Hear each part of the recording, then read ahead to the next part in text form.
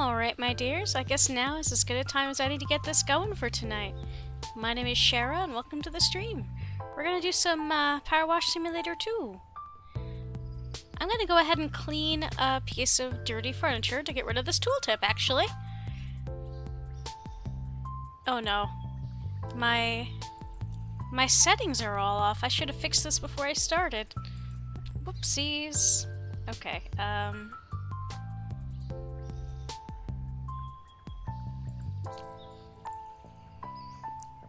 Here, let me fix this. I'm so good at what I do, guys. Anyone who's watching, please let me know if the audio needs to be fixed and whatnot. Actually, this still isn't quite right. It's acting like stuff is slightly off screen.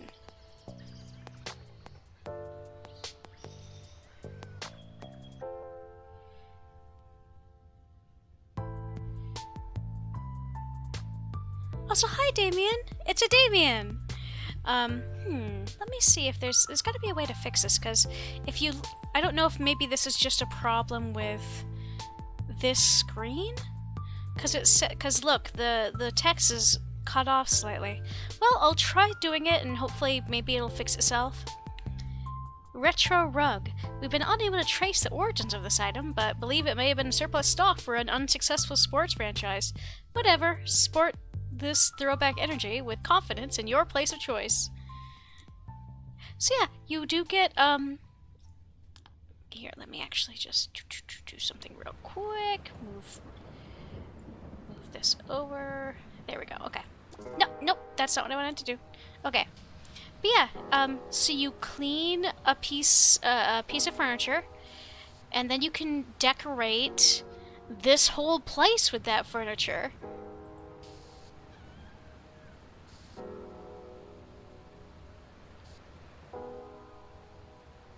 Yeah, I hope you're having a good night.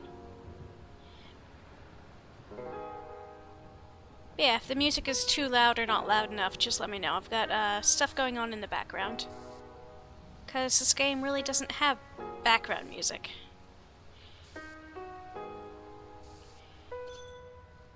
Yeah, I've been doing well. So yeah, I can move this around if I want. I'm just gonna sort of stick this over here for now. What is this?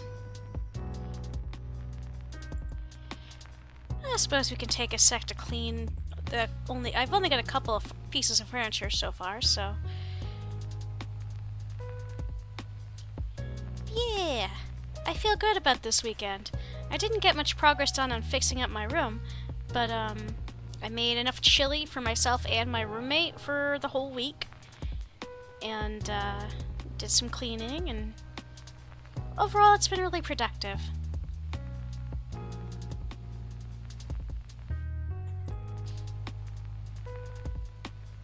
I like how you can faintly hear the kitties meowing upstairs. Little squeakers.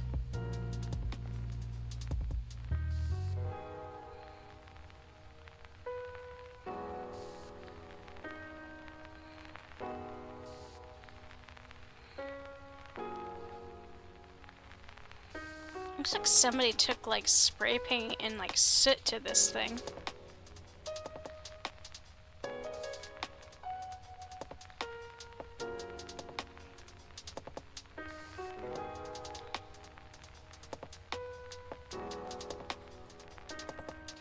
That's not what I meant to do.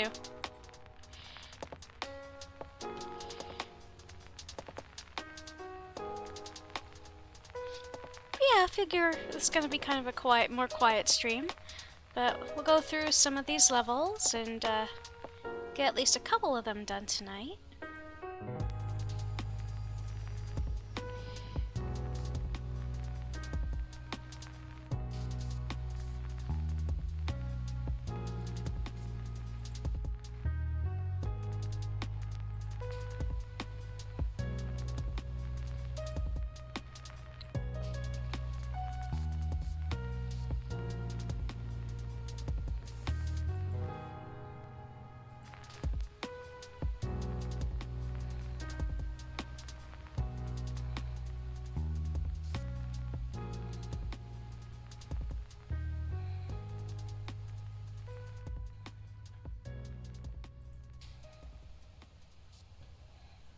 Okay, where is the dirt still on this thing is my question. Oh, well, yeah, never mind. That makes perfect sense.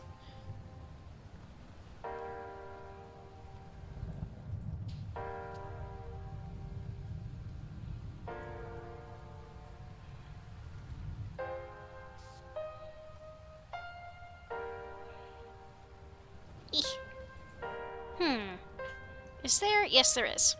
Come here.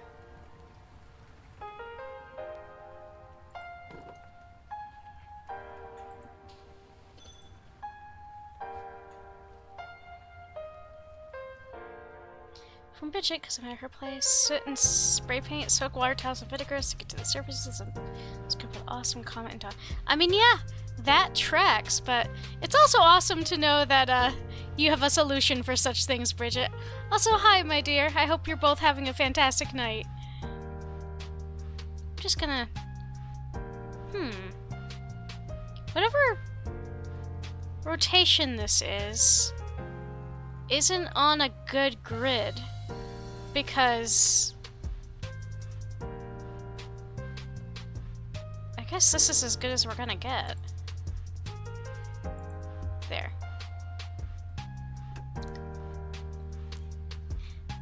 I respect your real-life cleaning expertise, Bridget.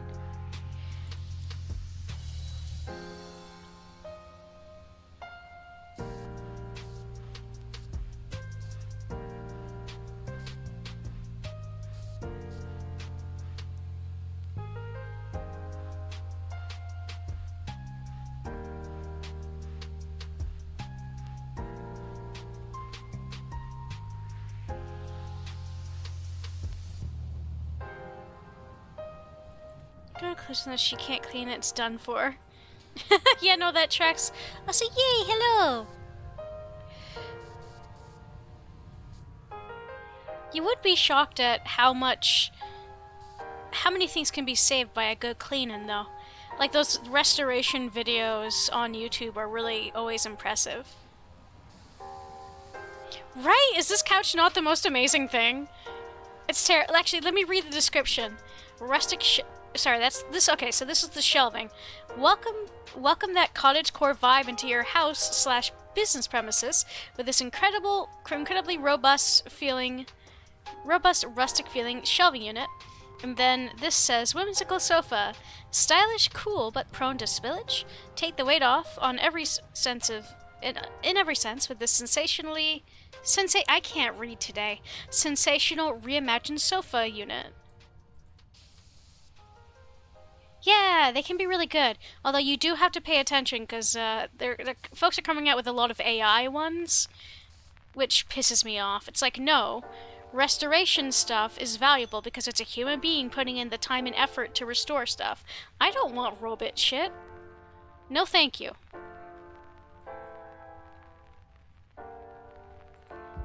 I'm just gonna leave it like this for now.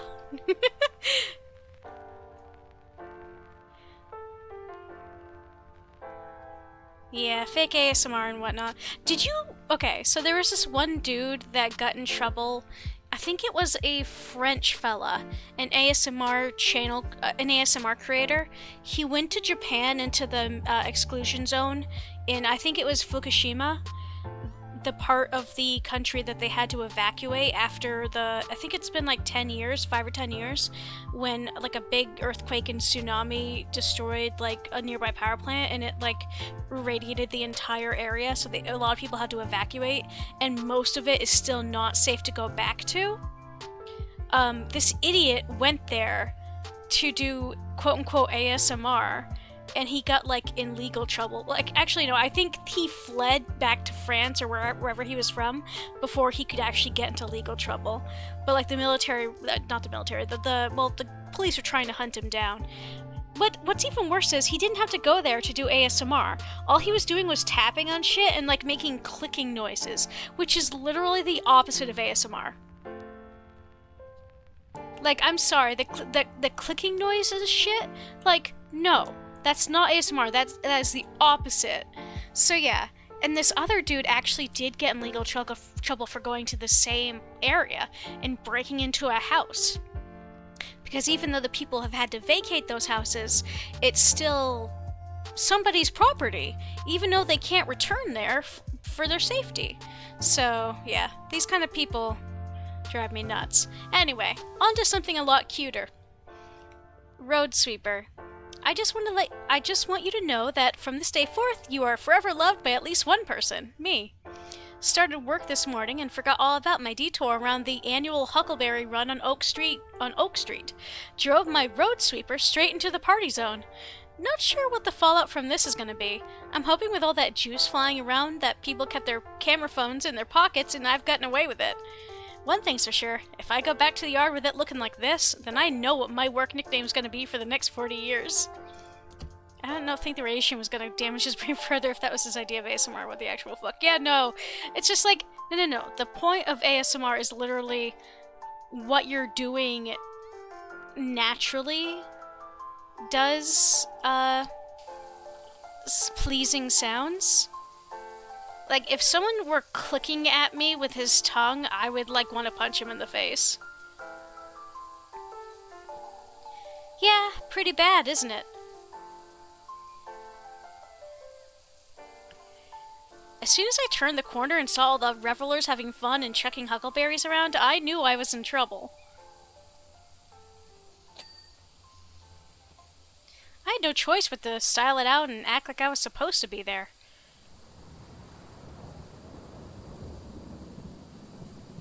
Yeah, some like actual ASMR channels like Singing Bowls and Wood Soup. Wood Soup!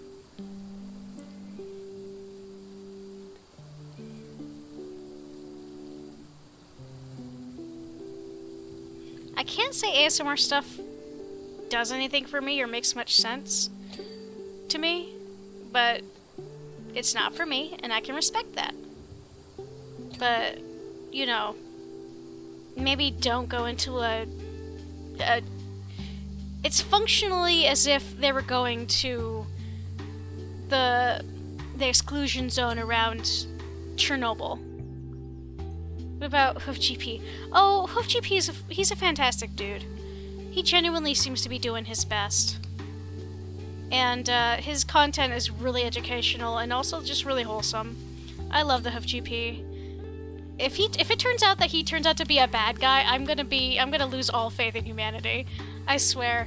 Nowadays, like, every single time I really grow to like a creator, I'm like, please, like 5-10 years down the line, please don't prove to be a terrible person. I can't.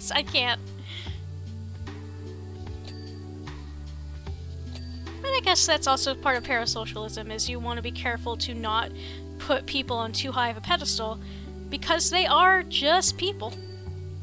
And they're going to make mistakes sometimes, and you need to be realistic about your expectations. I don't want people idolizing me. It's never gonna get to that point because I'm never gonna get very popular, and I'm okay with that.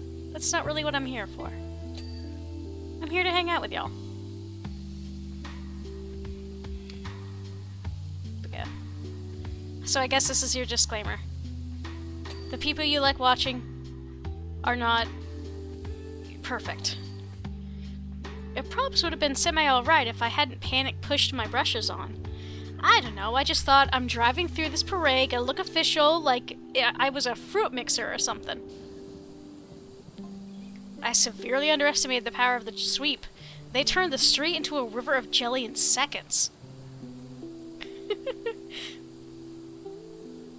I swear, the situations that people in this game get up to, like, it's very cute, it's very wholesome, and it's also a very weird little town, and I love it. The jar, sir, it's jammed! Enjoy. Yeah, no, oh, I appreciate that, Damien. Go get your foods!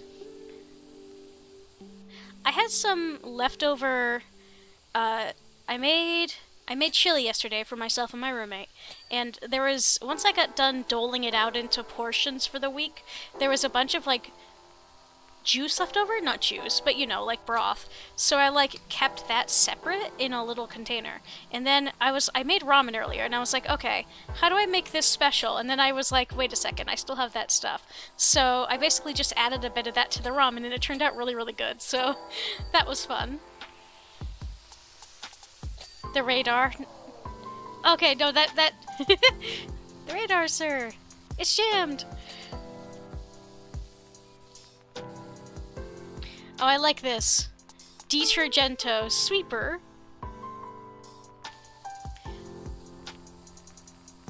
Wait, what am I doing? I haven't found my children. Okay, here's Bubbles. Oh, okay, everybody's right here. Ulysses. And Squeak. I forgot that was my tradition. Fucking Bubbles!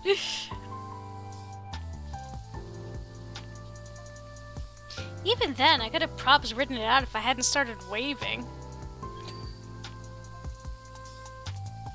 Dunno, just thought I gotta own this moment.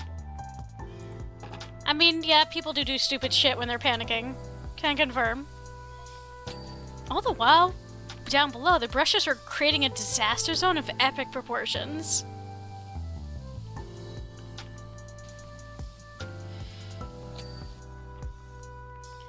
But yeah, this is the same area that we cleaned this bathroom stall in. We can't go in it, of course, right now, but yeah, same area. Okay, so that... Oh, no, we are not done with this, looks like.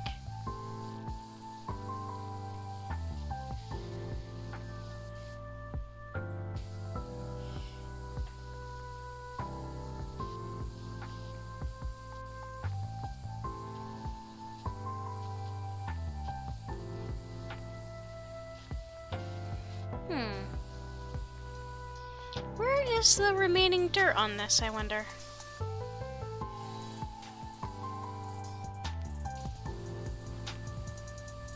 Ah, well, that's probably part of it. There we go.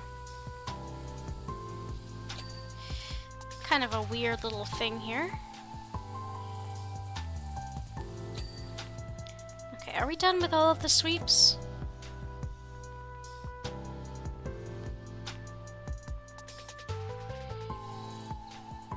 Looks like it, yeah. Okay.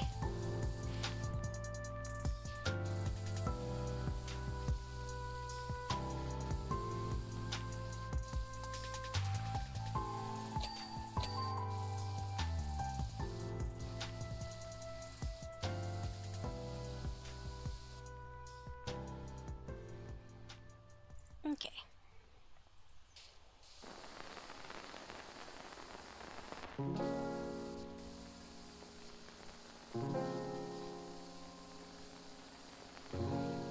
Okay, I understand huckleberries with there being a bunch of red.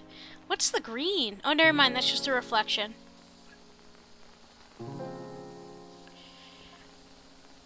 I just wanted to keep morale high, you know? I really hope no one reports this. I love my job. Every time I catch a piece of litter between my brushes, I feel like a black hole sucking in yet another galaxy.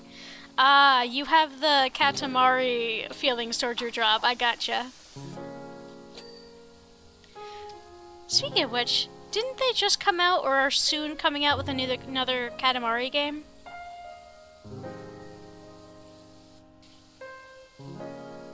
Because I am all over that. Maybe I'll play that on the channel sometime. I've got one of them for Steam.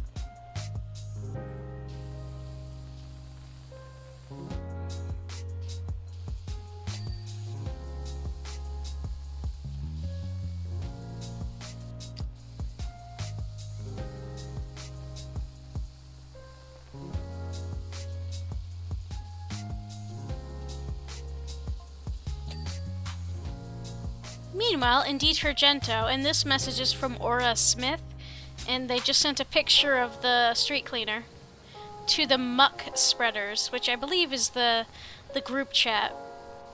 Debs delivers. Oh no, poor guy.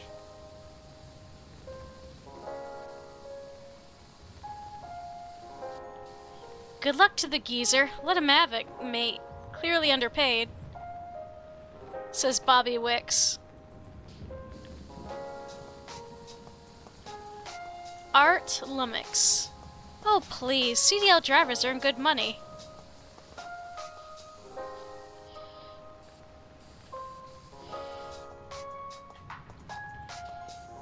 I hope so, because he's gonna need a vacation urgento.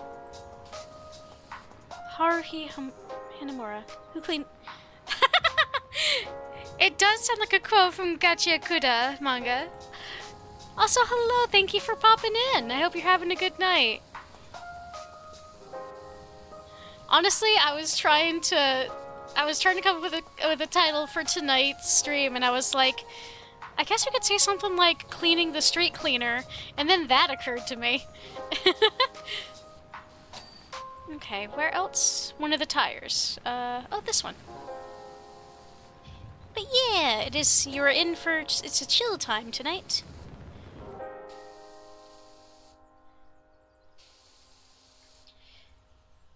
Okay, where is the dirt? Oh, there we go. Is this Royal Flush? I need to get my gas station all cleaned up before we're closed down for good. Lou Cicada. I love the names. Like, the names of everybody in this game and in the first one are so delightful. Who jams the jelly? All good, just chilling for now. How about you? Going well. I enjoy this game, and it's a good way to cap a nice night of chill cleaning. It sounds like the perfect way to end off the weekend. Tessa here from the council. Thanks again, Rinson. You got Huck, I mean Finn, out of a real sticky one here. And don't worry, he's fine. In fact, he's currently telling his story to the local news networks. Shh. Let me actually check real quick to see, can I get any new equipment, is my question. Finn the human. Okay, no. But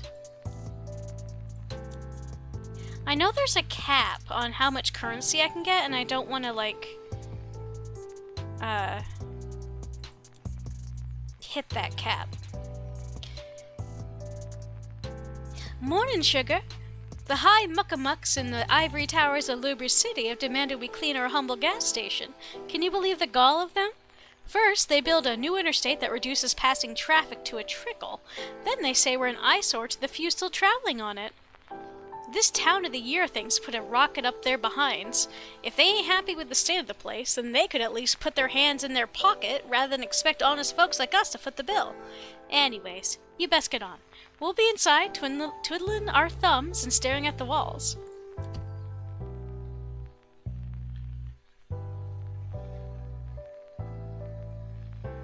Okie doke. Okay, where are my children's? First things first, always gotta locate the babies. Oh, hello! Well, there's Ulysses.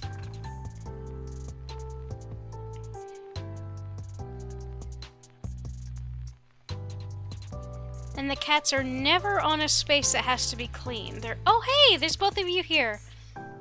Squeak. And Bubbles. Well, you guys found a nice place to chill on. Okay, as usual, time to do the groundwork. Heh.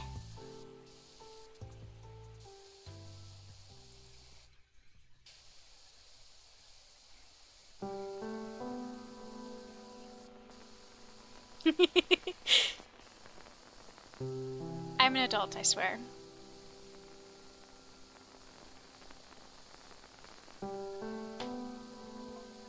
Say, are you doing the whole thing over?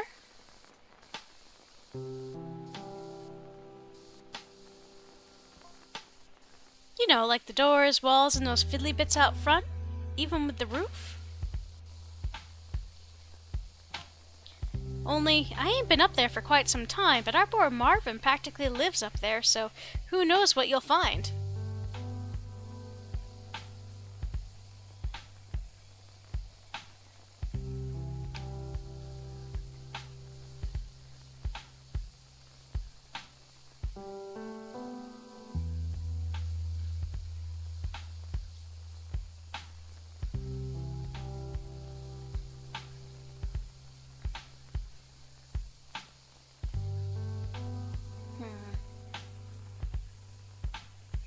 Here, let's just...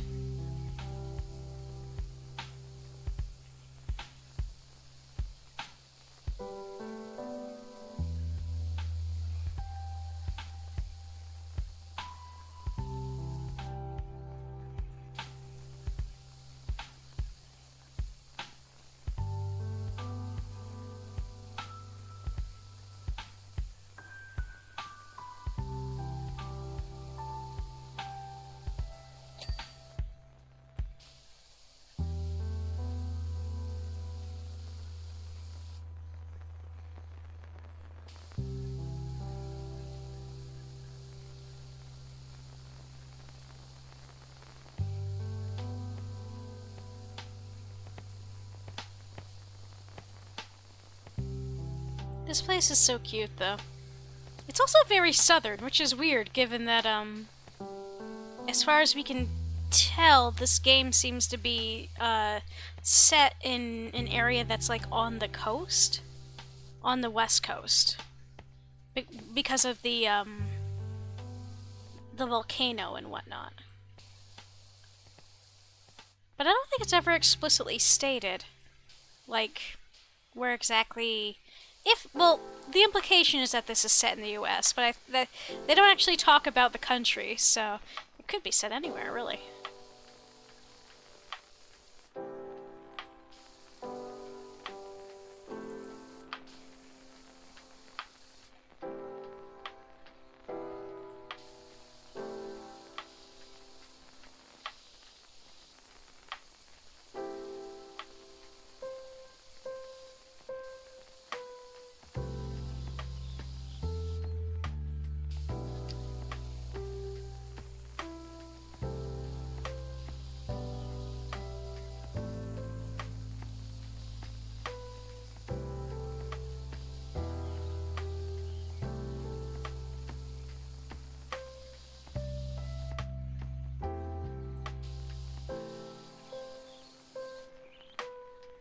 I like these footprints going up the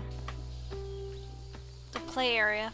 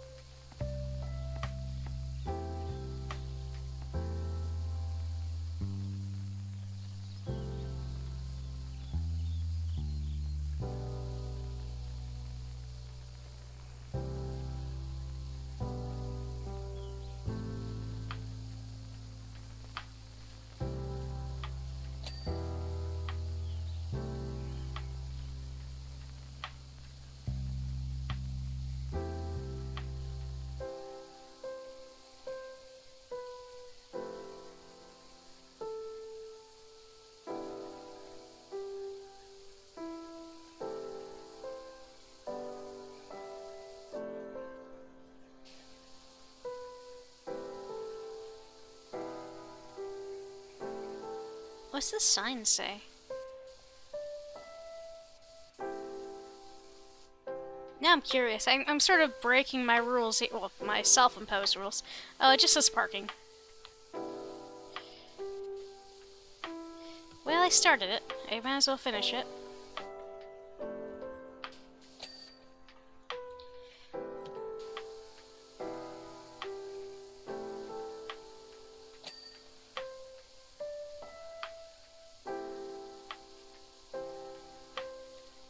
So I don't usually watch or read a lot of new things, to be honest. I usually do them at my own pace, and which typically means that I usually end up watching stuff like multiple years after it came out. But my roommate really wanted to watch Heated Rivalry, so I sat down to watch it with them this weekend. And, yeah, I get it. I get it now. Especially because my roommate's a hockey fan and was able to explain certain things to me. Even if some of the events in the show would not happen in real-life hockey. Yeah, so that was a fun experience this weekend.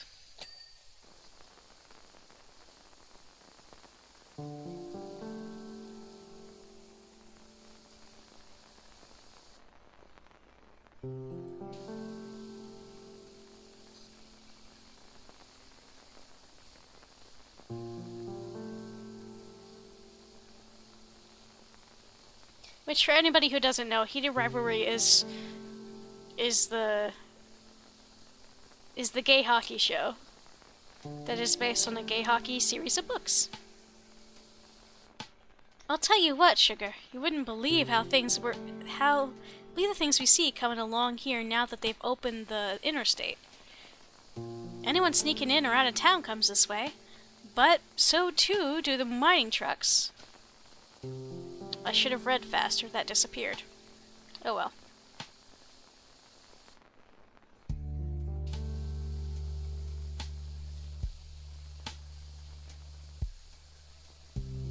I suppose here's as good a place to start as any.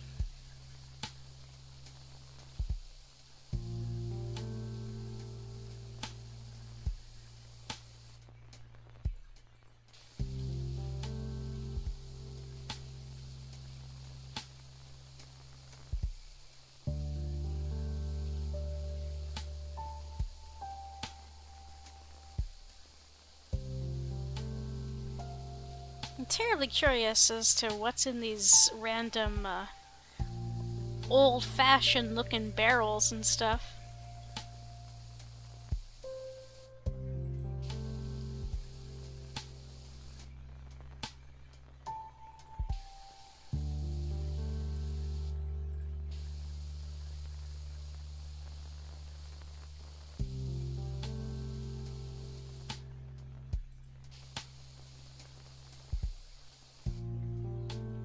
You got stuck in a Tool song? You're good.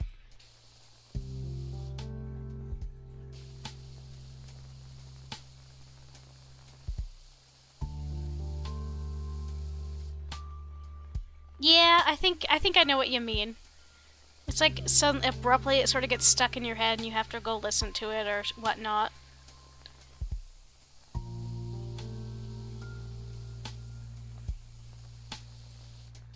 This is especially the case if I'm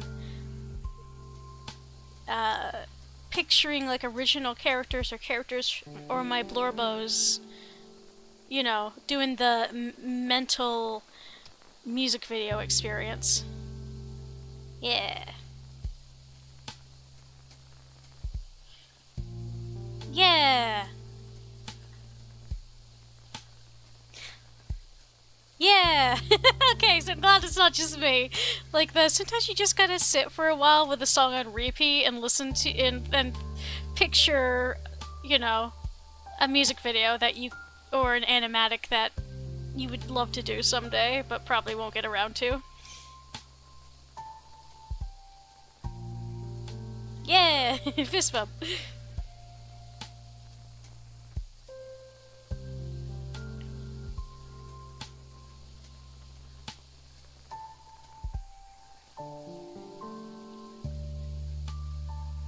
So you know the thing where like you'll be talking with somebody and a word will come up in conversation and like your brain will immediately snag on a song lyric and you have to say the lyric or at least it will come up in your brain for a sec. Apparently that doesn't happen very often with neurotypical people. Apparently that's more of an ADD or it's a neurodivergent thing. Which I found interesting.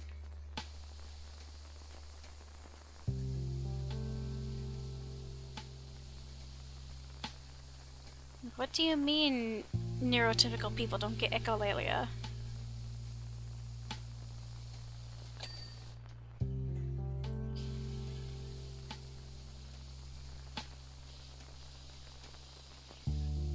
What do you mean neurotypical people usually don't get songs stuck in their heads on repeat?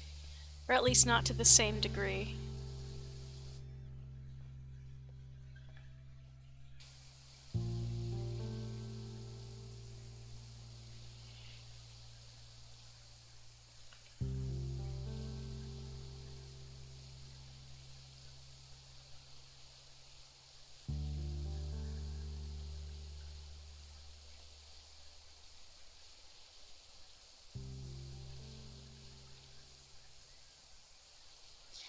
What do you mean ENTs don't have multiple worlds and dozens of blorbos they think of scenes with over and over in their head? Right? Like, what do they do when they get bored? Do they not, like, you know, if they have no other external stimulation or are on their way somewhere and don't have, like, their phone or something, neurotypical don't sit there in their heads and, you know, play The Sims with characters in their head? And in a similar vein of thinking, apparently it's not typical, or neurotypical I should say, to picture that in your brain as a way of helping yourself go to sleep at night. I don't know. It's interesting. I'm just like, what does your brain do then?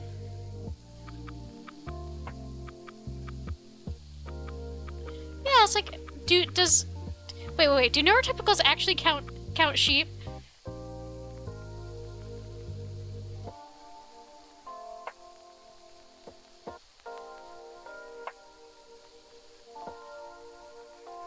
I don't know, it's just interesting to think about how differently everybody's brains work.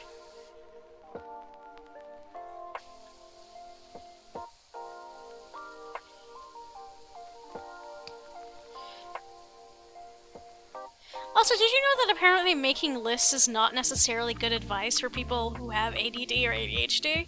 Because the act of making the list gives you serotonin and thus contributes to, or dopamine, and can contribute to, like, a sense of satisfaction that ultimately leads to you procrastinating the actual tasks that have to get done. Yeah, lists are not helpful, like, beyond a certain point. And it's also apparently suggested that you not tell people about what you're gonna do before you do it, unless they're involved. Like, if you tell someone, oh, today I'm gonna do X, Y, and Z chores, because this ups the odds of you not doing those chores. Because even though you spoke with someone and committed to doing it, part of your brain ticks it off as almost being done, because it was acknowledged, the fact that you wanted to do those chores was acknowledged by somebody. So yeah, it's, figuring out how to work with your brain in terms of executive dysfunction is tricky. I don't know, brains are weird. I was talking with a coworker about how much we wish it were possible to sort of remove organs from our bodies and give them a deep clean before putting them back in. Yes, oh god. You know, school is a nightmare for neurodivergence in a lot of respects. I had a very, very small class of 32 people were my graduating high school class. And a lot of the people I thought were neurotypical are absolutely not. And they've been becoming more and more honest about it over the last couple of years. Dirt Finder, it's Park Warden. I hear that you're back in business. We're in a bit of a fix at the recreation grounds. The bandstand's filthy. Sure would appreciate your help. Our turn, I actually do this. I make three to-do lists based on my energy levels for the day, one for low energy, things that must get done, a mid-energy list of things that should get done but can wait, and a high-energy list of things that don't need to get done immediately but would be good to get a hard start on. I mean, that's not a bad idea. I think that I do a list in my brain, but I don't write it down. Because for me, writing it down means it doesn't get done.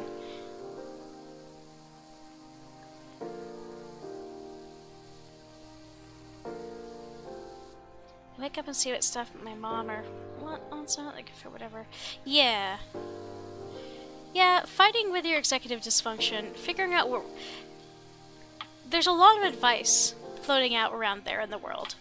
And the truth of the matter is that a lot of that advice, the same way with a lot of art advice or writing advice, it's not one size fits all. You sort of have to figure out what works for you and run with it. Me and my roommate, we both have ADD or ADHD respectively. And they have actually been diagnosed with autism. I have not. But we're both pretty sure I have it.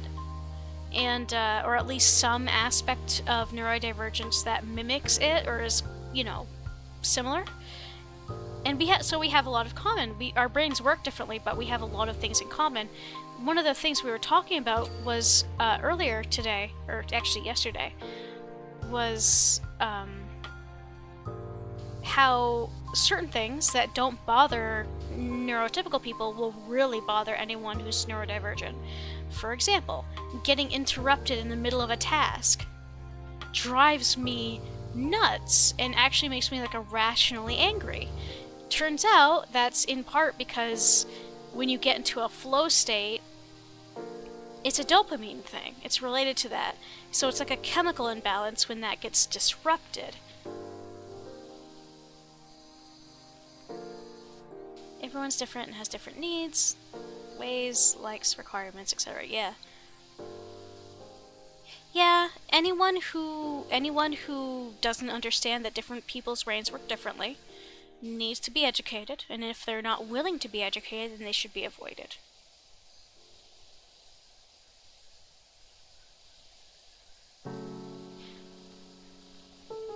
Oh, did you link me something just now? Oh, okay. I will have to watch that off stream. Thank you, Acer.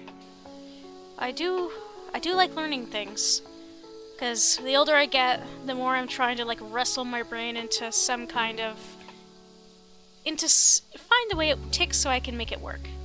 Oh no, I'll watch it, maybe not tonight, but soon. I'll put this on my to-watch list, and I appreciate it. Man, that's why I suspect that after talking with my roommate about that, it makes me realize why I get so upset at work. So, my primary responsibility at my job currently is handling inbound emails from customers. I'm like one of two people who that's my full-time responsibility.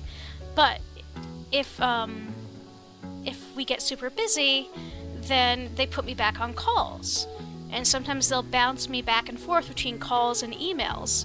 Like I'll take one or two of each and then they'll move me to the others. And that drives me batty. And I never understood why until we had this discussion yesterday, and I was like, oh, so this is just a chemical brain problem. Some of those rigs what passes by, might as well call them drivable houses. They're as big as one. You feel them before you see them. Think I feel one now, wait for it.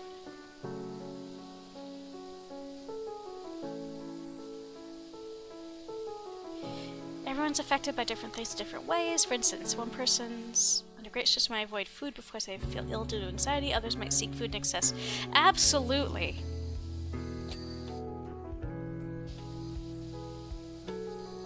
Yeah, I think the more that people understand that advice and how people's brains work is not one size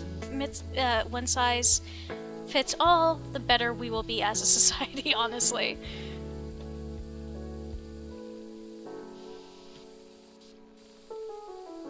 Why do we always have the deepest discussions during PowerWash Simulator? This is like an ongoing thing, I swear.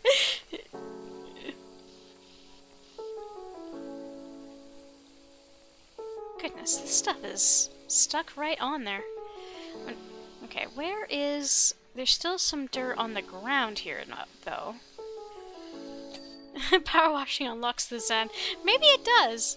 Maybe it's because, like, I'm not focused so hard in the game that I can engage more with chat. The power is washing away the impurities in our minds, allowing for more clear, concise conversations.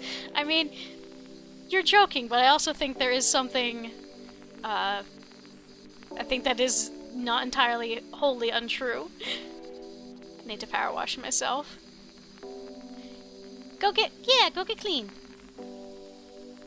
Okay, seriously, where is the remaining dirt on the floor here?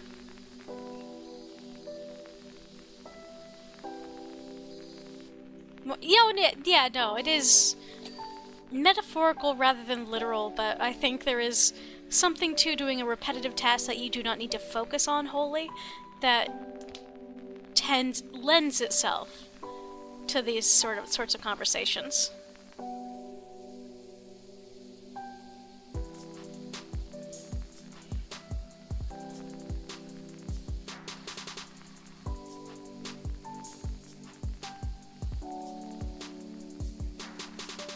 This is gonna be a long heckin' level, I think.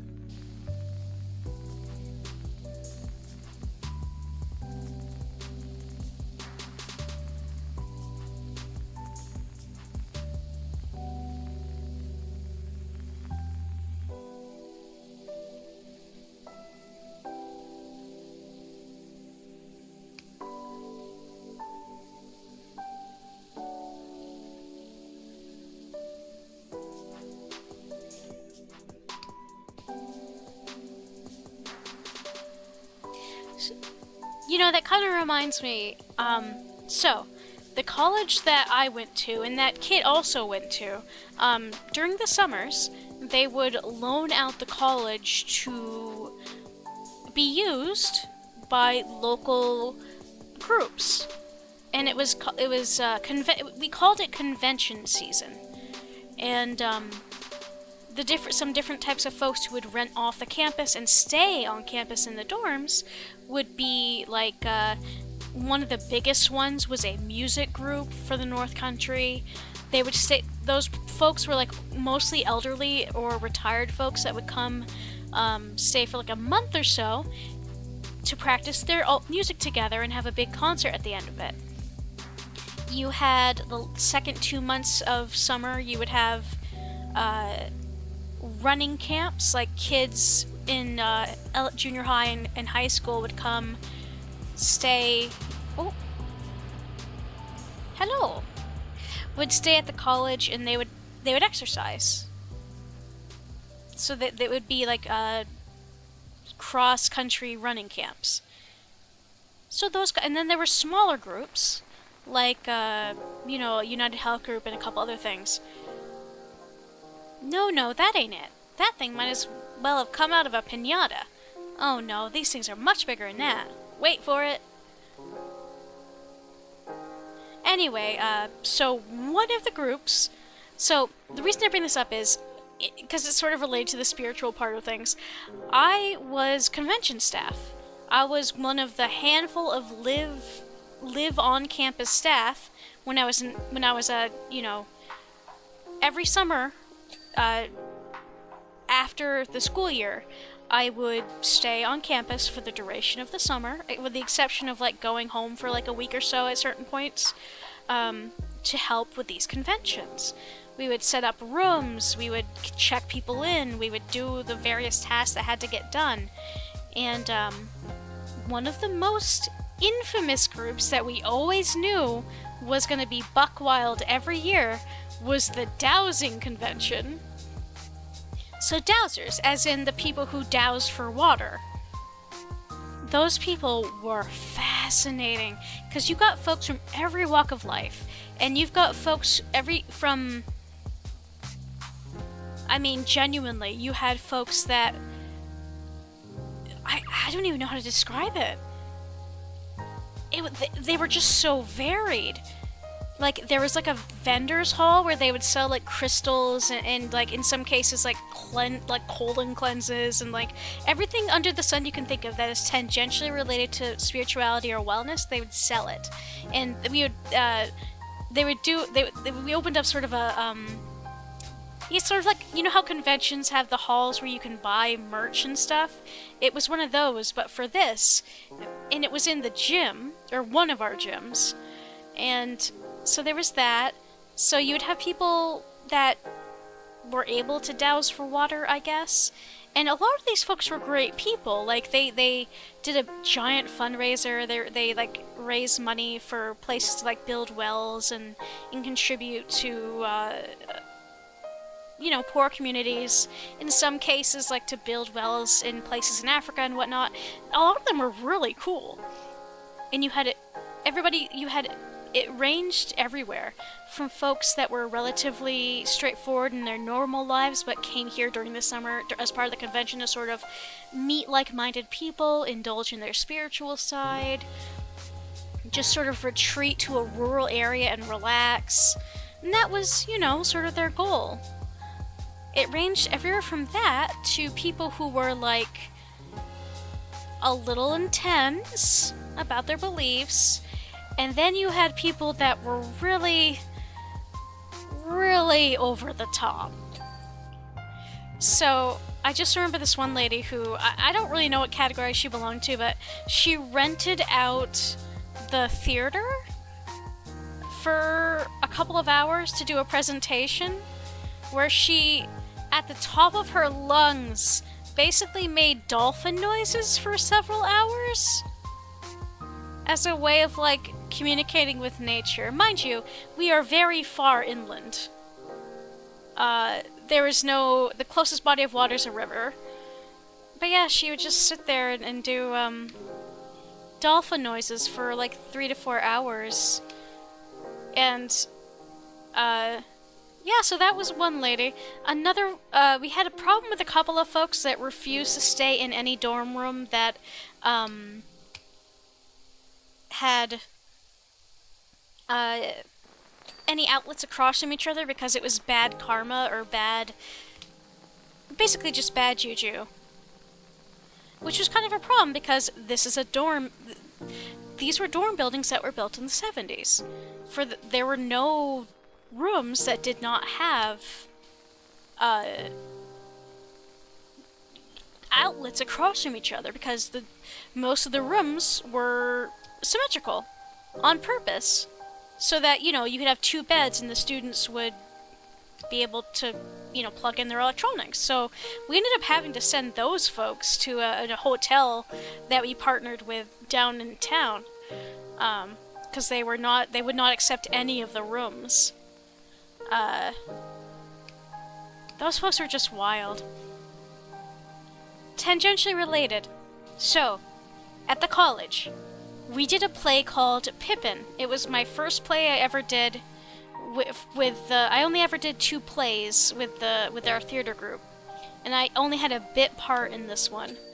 But this play was kind of cursed from the get-go because one of the kids thought it was a great idea to say, you know, Macbeth a billion times on stage in the theater, which, as you know, is bad luck.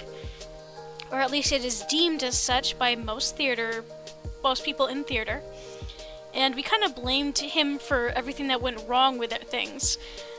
For example, so you could take a class. One of the classes you could take was theater assistant. I don't know what the class was because I didn't take it.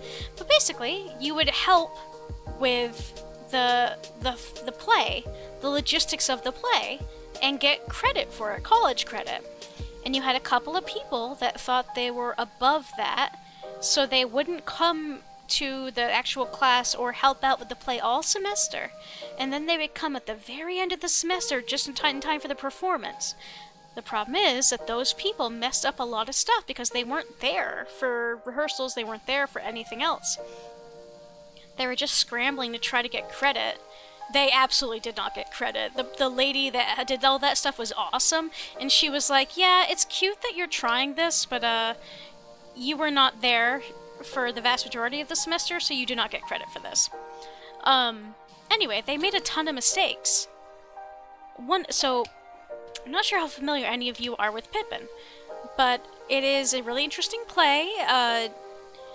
How it's perceived really depends on, like, there's just a lot of ways to but like slightly alter how the story is told. There is a sex scene. Obviously, our people were not going to do sex on stream. Or on stage. So, what we did was, there was a metaphorical sex scene where the 2 actors just kind of wiggled under the covers of a bed that was on wheels in the middle of the stage while dancers danced around them. And from either side of the stage, as part of the, climax, there were 2 confetti cannons that were supposed to go off at the same time to acknowledge that. Oops, there's stuff on screen. Just you hold your horses. They'll be along. Don't you worry about that. Okay, so And the thing is, like, this is a small school, so after the confetti went off, we had to recollect it. And later, towards the end of the play, there was another scene with confetti, except it was like sparkly silver confetti. And of course, after every time that stuff happens, you have to sweep that stuff up so it can be reused for the next performance. Some of these dudes that were trying to get credit for stuff threw it away. So we had to scramble last minute to hand cut a bunch of confetti out of construction paper and to like jury rig it out of tinfoil for the actual performance because these folks didn't pay attention. And also during one of those, quote unquote sex scenes, one of the confettis. So Sims woohoo, you're not wrong, like quite literally. And then during one of the performances, one of the confetti cannons didn't go off. So I guess it wasn't that good for one of them. But in addition to that, we had a lot of stuff go wrong with this performance. Some props, especially some important props, just went missing. And that could be in part, it could be just random students, it could be just people with, sticky fingers, whatever. It just meant that we had to replace them last minute, and in some cases the replacements weren't very good. During one dress rehearsal, we had, at the end of the play, folks are told to there's basically a fire thing that folks are, a doorway that folks are supposed to walk through, or at least by supposed to, I mean in plot, they're urged to do so. And depending on the telling of the play, Pippin the character can walk through, or he can choose to leave with his wife and kid, or his girlfriend and her kid, rather. In our play, we didn't do that. We had because it's a play within a play, the lead player is the person who tries to entice this for Pippin because, to leave the life that he wants behind, and I don't know, it's really metaphorical and weird. Anyway, the point is, there was a smoke machine. And during one of the rehearsals, it didn't go off properly. Or at least, something happened, so the fire alarm started going off. Problem being, this is a very old campus. It is basically, in the vast majority of buildings, where all the classes take place, and where the theater is, it's 3 or 4 buildings that have been built into each other. They're all connected. So are the fire alarms. So when the fire alarm goes off in the theater, it goes off throughout most of the campus. So we had to wait an hour for those to get turned off. And then during one of the performances, the poor dancers had such a bad time. One of them, over winter break, went skiing, got severely injured, tore some stuff in her knees. So she she couldn't go on the play, so they had to re-choreograph everything to make it work. And another one, during a performance, she was on the ground, propping herself up with one arm, as was part of the choreography, and the person playing the lead player misjudged where he was and where she was and accidentally plowed into her. And that is the scene just before the intermission. And what I didn't know until after the fact, because I noticed she wasn't backstage and I wasn't sure what happened, she had to get sent to the hospital. She broke her wrist. So we then had to for the next performance, we had to very, very quickly come up with new choreography. All of this is to say, that performance, while we did our best and we did a damn good job, was basically cursed. So at the end of it, at the after party, we all burned the scripts and a lot of the props to sort of get rid of the bad juju.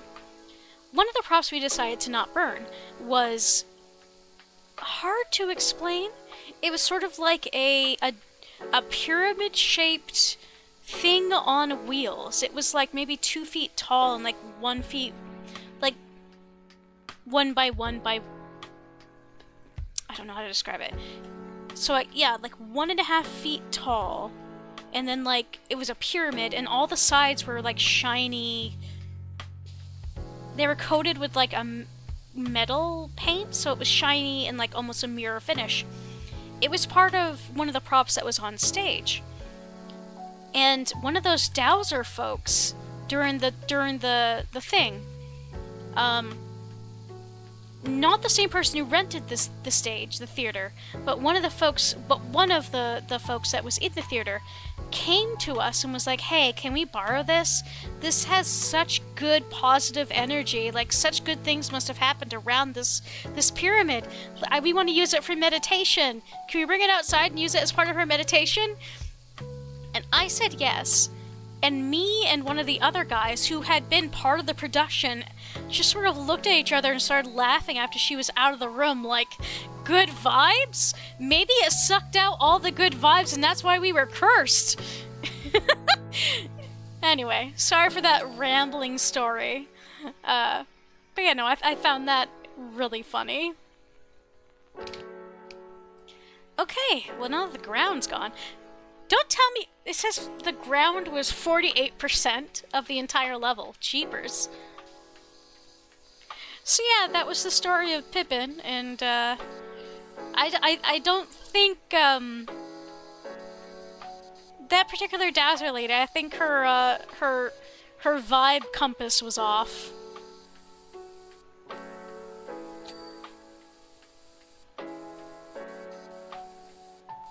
Yeah, I always found it very, very funny.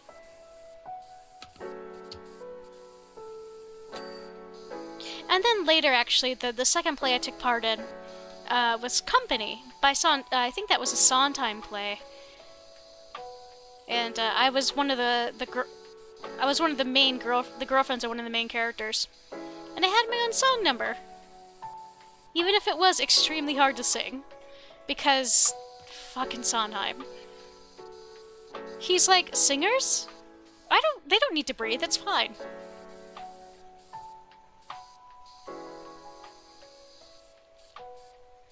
A gradual procession of notes? Don't worry about it.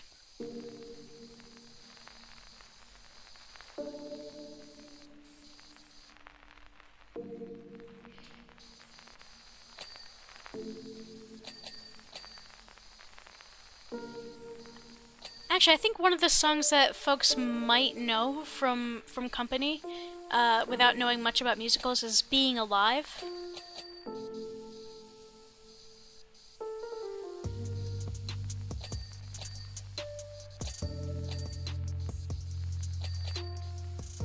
I don't think a lot of folks will know it, but it's one of the more popular ones. Somebody hold me too close. Somebody love me too much. It wasn't my song, it was the song of one of my good buddies.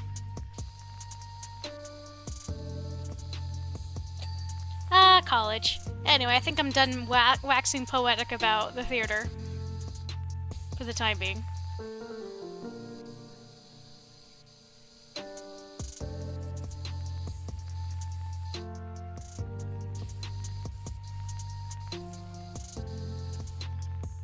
Okay. So, the ad is...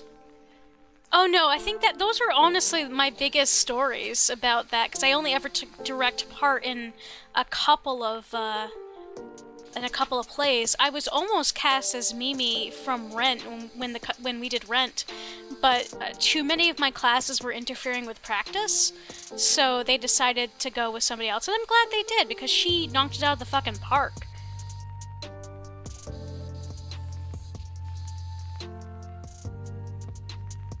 Super talented folks in the theater who did theater at my college, to be honest. I made some pretty good friendships there. And I've still got my sweatshirt from the college, from the theater group. Kit was actually in Rent. He didn't have a huge part, but he was in it.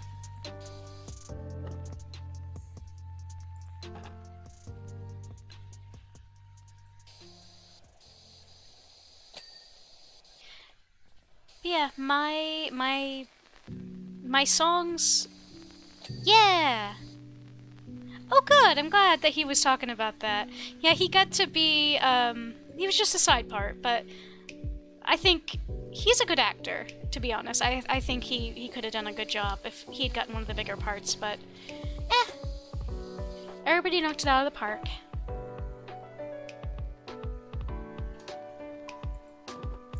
Let's see. I'm trying to think of the best way to approach this. Oh, so we've got an ad break coming in about 20 seconds here. Just so you know, I'm gonna keep cleaning through it rather.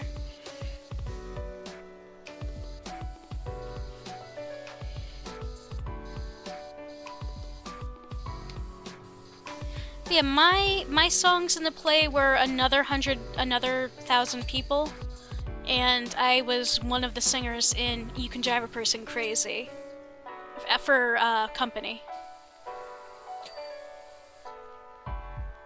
And I was just one of the many soldiers in Pippin.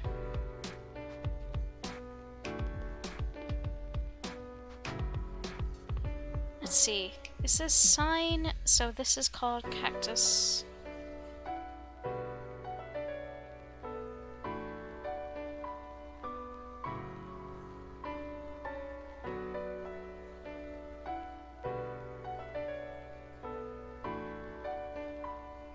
Oh, okay, so this is done.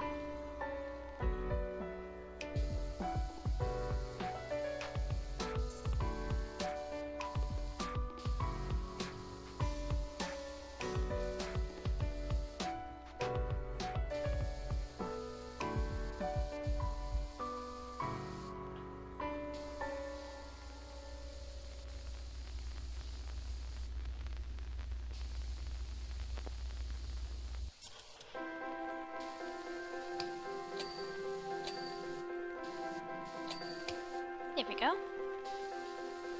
These are some old-fashioned, cute little thingies.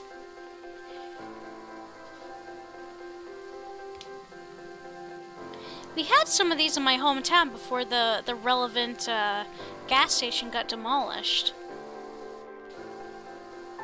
Like, not exactly like this, but really old-fashioned gas pumps. That got demolished when I was in high school.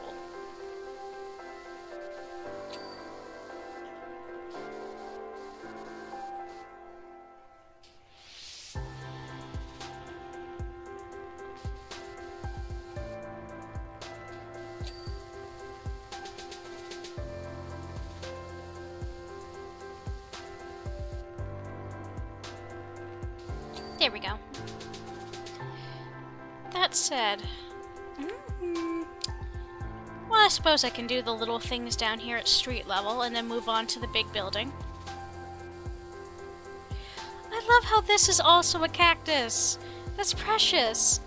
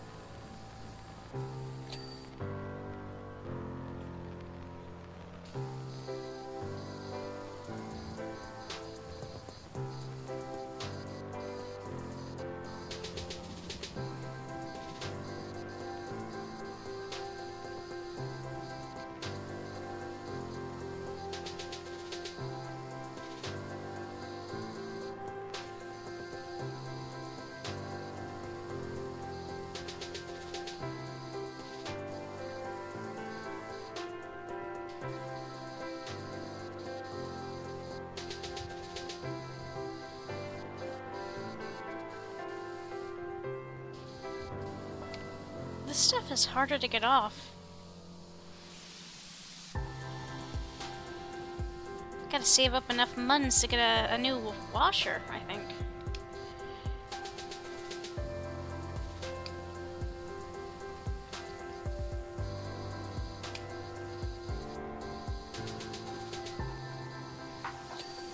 Welcome back!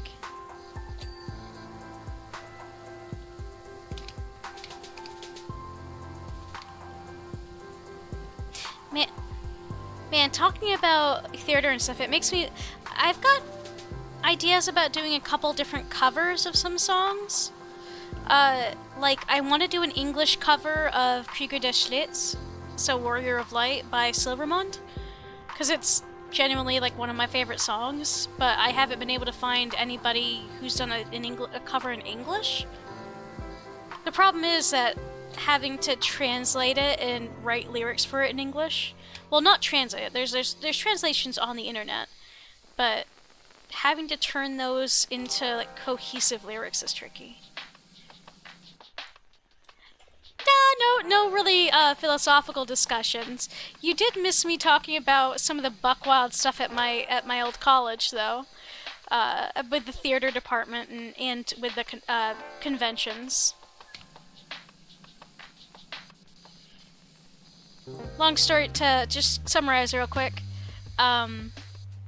They used to rent out the campus to various conventions and organizations, and one of those was the Dowsers, the Dowsing Convention. And a lot of those people were genuinely very sweet and very nice. Some of them were kind of wacky. And their vibe detection meters were very off, because they called a prop from a play that went extremely poorly and was rather cursed that I participated in. They called it Good Luck, Good Vibes, and I was like, that is very far from the case, but sure, go ahead, borrow it. So yeah, that was about it. Yeah, I think I want to do an English cover of Krieger des Schlitz once I actually, can write the lyrics so they're, like, coherent. And, beyond that, I don't know what other songs I would like to do.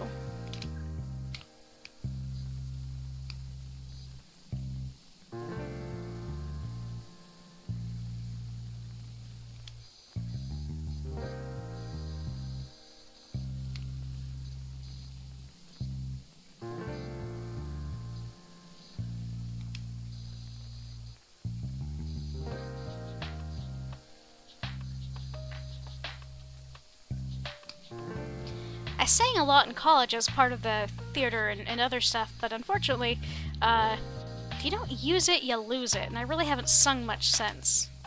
So I'm very rusty.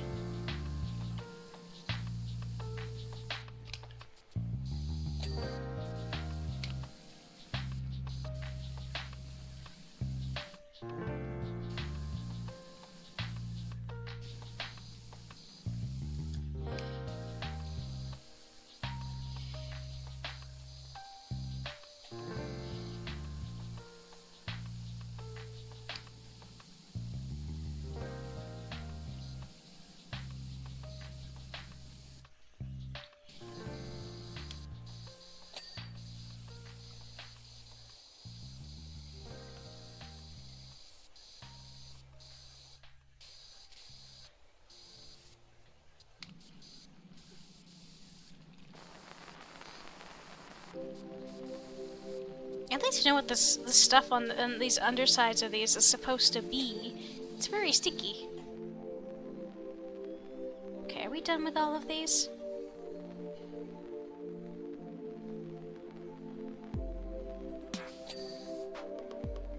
Good thing I took a sec to double check. Okay, the answer is yes.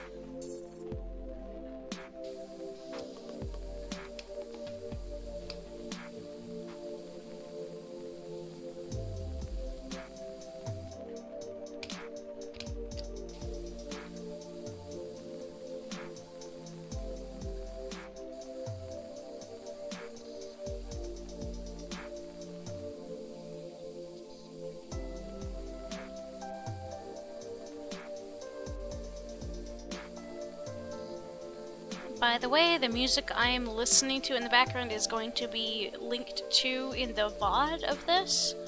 So, I've used their music a few times before. They're... let me actually double check. It is by The Relaxed Movement on YouTube.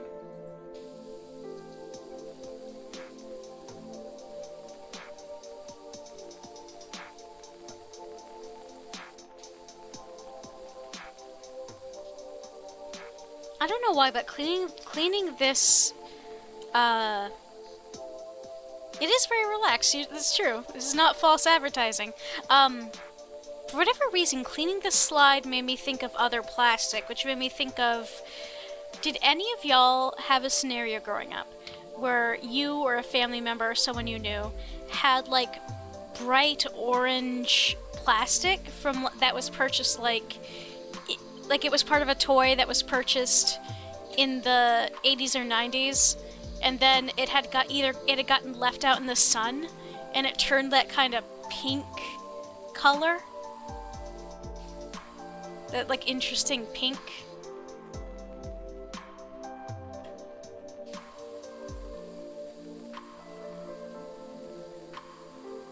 Oh yeah, the Boston slide cop. To be fair to him, he had been going down that slide specifically to prove that it was unsafe, and he fucking did it. And then they tried to get him in trouble over it, and Mayor Wu was like, okay, TM, I guess. Yeah.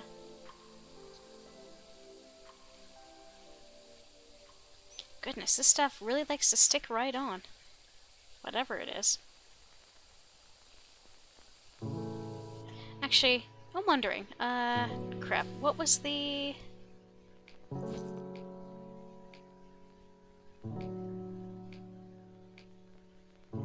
I'm pretty sure I have...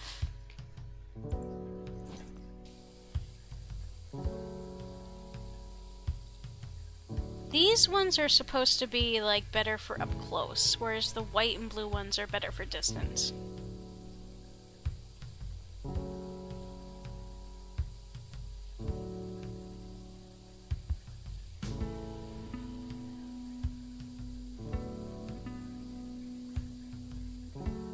It honestly, so that the orange plastic turning, pink, it kind of reminds me of, like, the Dunkin' Donuts colors.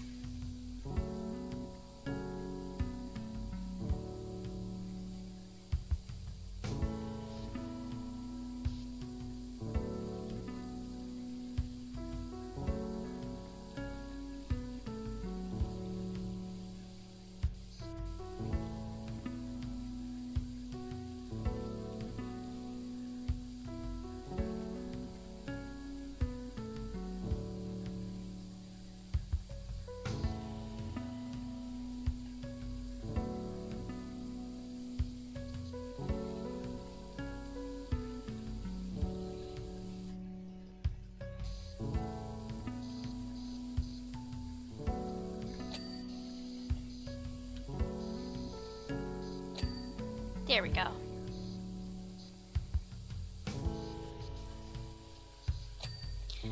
Seriously, what got on this?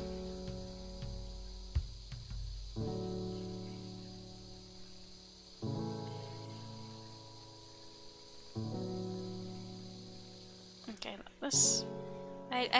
this is like the original,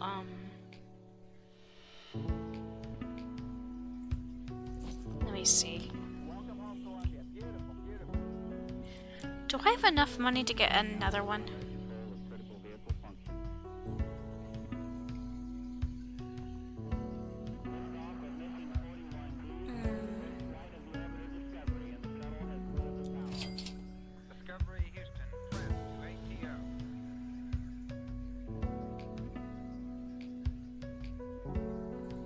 Here, let's see how well this works. Oh, much better.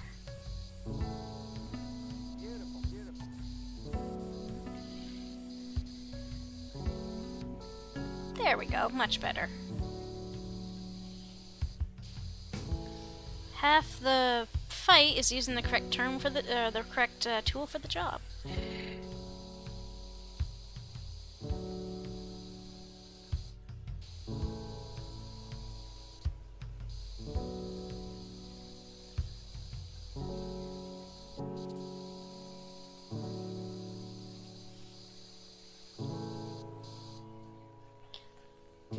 So my schedule will be out right after stream's over, but Next week is gonna be more Borderlands 3 on Wednesday. We might be able to actually beat the base game. We're getting pretty close. I'm not sure if it'll be this stream or next stream. Friday will be more Final Fantasy 14. And next Sunday, I'm going to start a new series of hidden object games. So, it's going to be this new series called Endless Fables, The Minotaur's Curse. So I'm looking forward to that, because honestly, I've missed doing... It'll be my first hidden object game of 2026.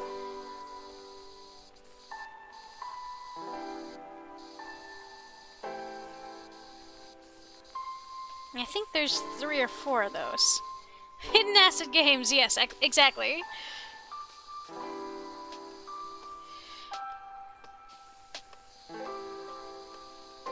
But yeah, just so you know what to expect for next week. There's a very slight chance that I could be getting a different position at work soon. In that case, my job would be 9 to 5, and I might be Monday through Friday. So I'd still be able to keep streaming my current hours. Might be able to stream a little bit more, I'm not sure. That depends on whether or not I actually get that job, which right now is nothing even close to guaranteed. So we'll see.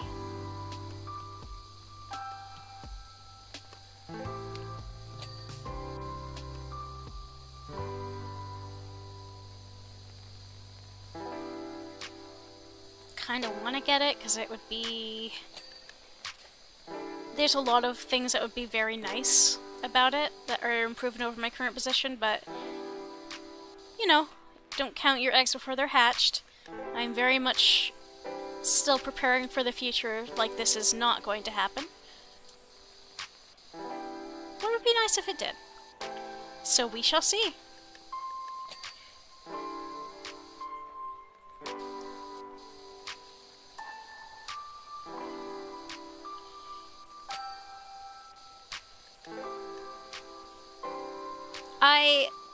So because, I mean, these guys just look like they're standing because they've got little, like, holes in the bottom for kids to crawl through. They just look like they're power stancing cactuars.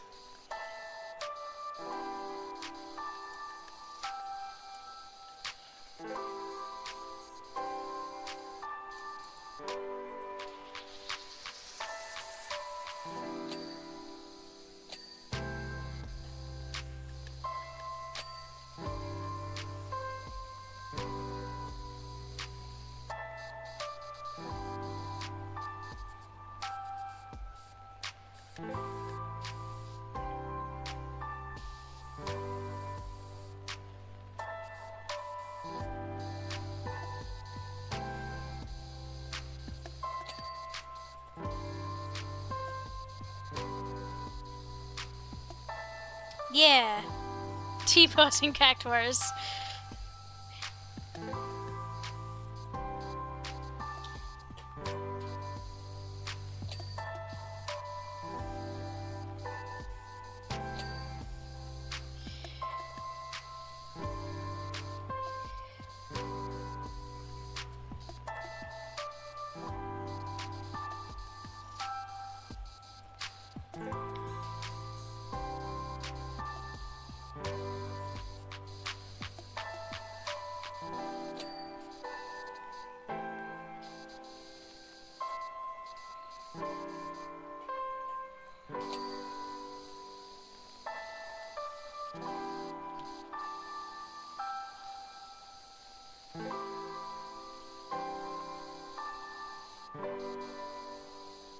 But yeah, guys, if there's anything specific that you'd like to see me play, I can't promise I will, but you can definitely let me know through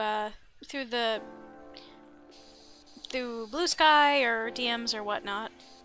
I am willing to at least put it on the games I should stream list, and I've a couple on there already.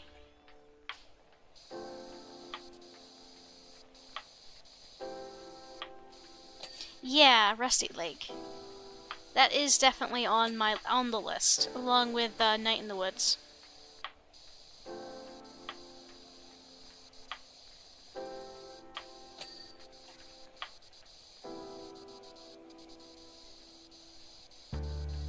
I have a whole host of games I'd like to play for next spooky season, including maybe the Cat Lady.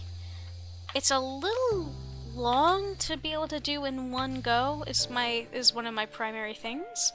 It's also a game I think I would have to be really careful to give trigger warnings for ahead of time. But I found it incredibly impactful.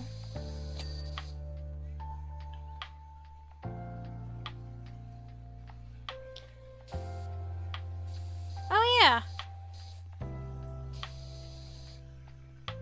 Yeah, Cat Lady is an incredibly intense but very, very meaningful game for me. What else did I just...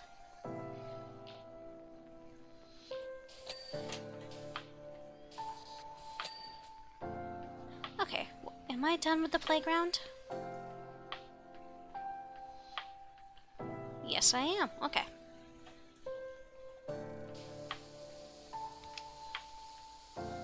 I think in the same way that I did for mouthwashing, I would put up a bunch of trigger warnings before stream, though. Or content warnings, rather.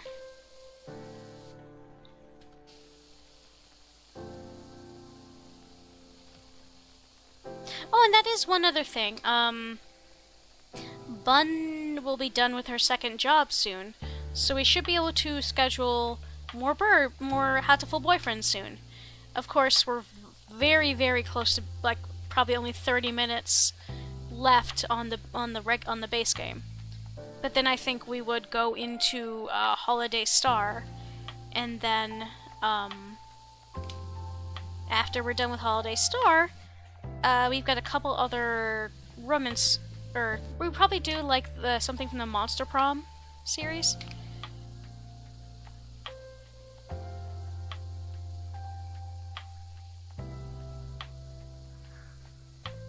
I think we're all a little impatient to get back to Bird Game.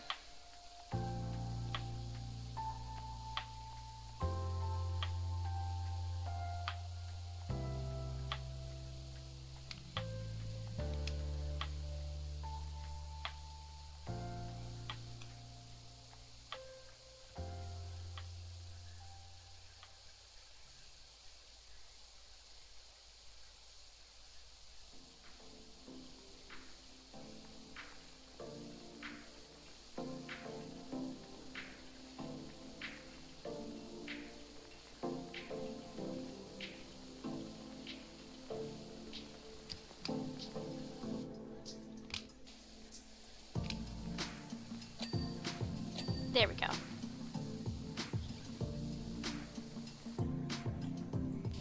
Oop.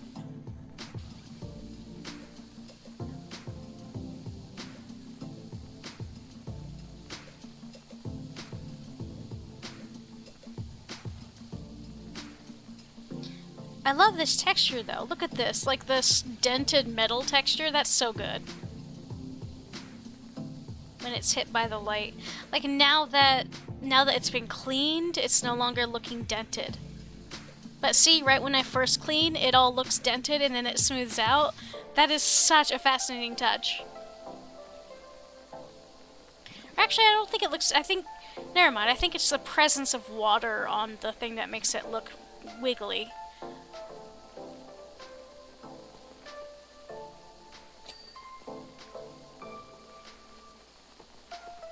There we go.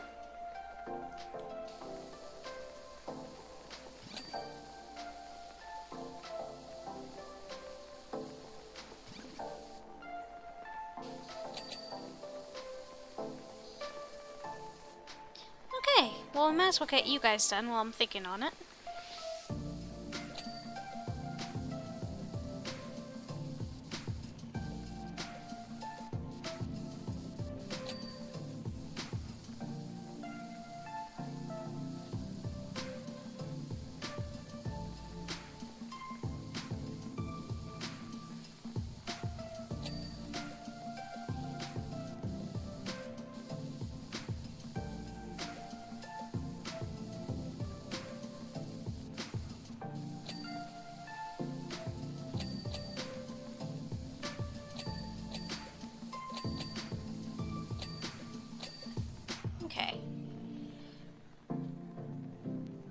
Alright, I think we're done with those.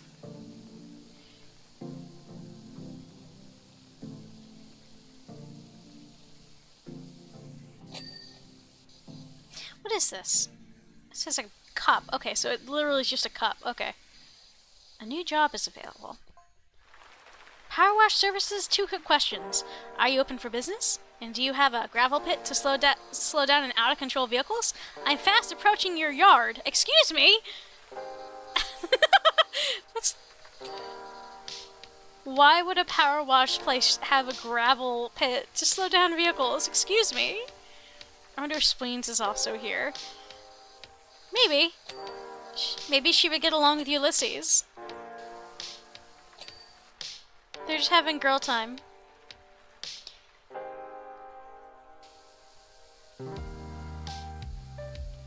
Ramming speed.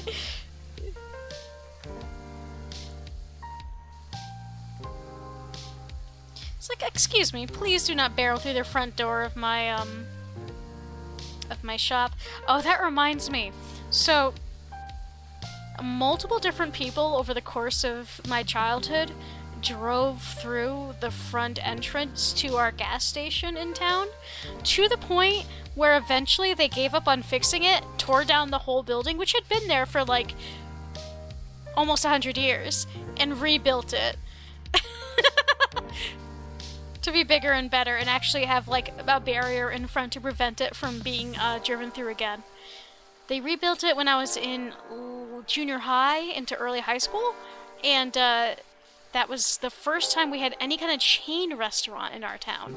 That was the first time we had a Subway and a Dunkin' Donuts.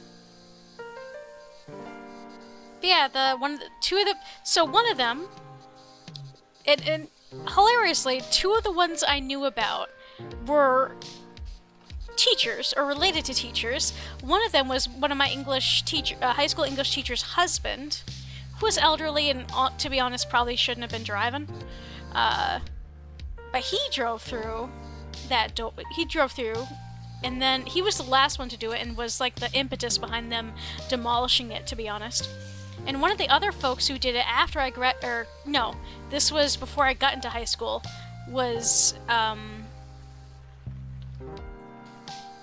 another high school teacher, one of the high school teachers, yeah.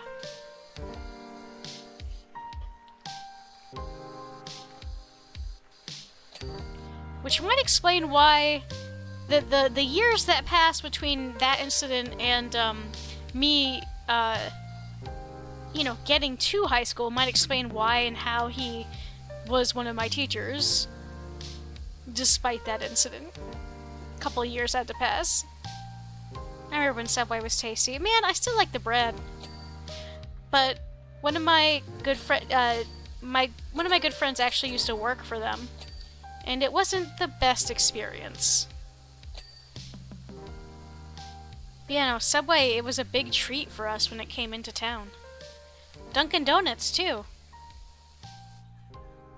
We'd never had a chain... our town was tiny. It's a town of, like, 2,000 people max, so, like...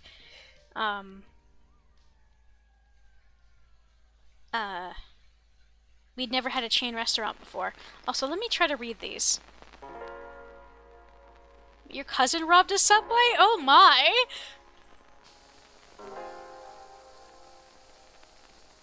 Oh, so this is an ad for that lady who helped us, Jessica's Antiques and Collectibles.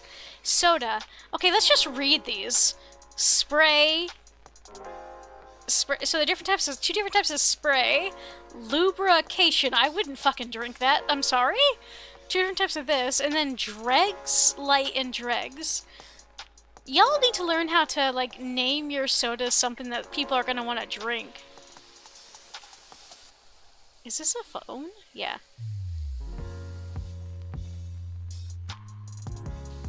Welcome back, Damien. Yeah, I don't think I would want to drink a soda whose name included anything related to lube. I'm sorry. Though, I guess it is appropriate for a gas station. Let's be real. I know myself. I would probably give it a shot just because I love trying new things. Let me not tell a fib. Soon people won't know what a payphone is, like they don't know what a VHS... Do people really not know what a VHS is? That makes me so sad.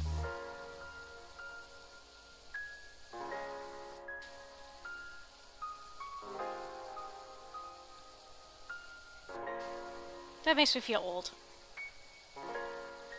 Well, look, I saw this thing the other day about how somebody didn't understand what the icon was to save, and they were like, I don't understand why the save button on everything looks like a vending machine.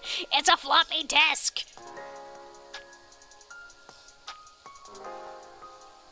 God. Oh, that, you literally just mentioned that, yeah. Ah, man. I tell you what, a floppy disk was the primary reason I was able to keep, like, I transferred a bunch of the files I had from when I was a 10-year-old to a floppy disk, and through that to many other different computers, and that's why I still have those documents to this day. Baby's first writing on a computer was preserved because of floppy disks.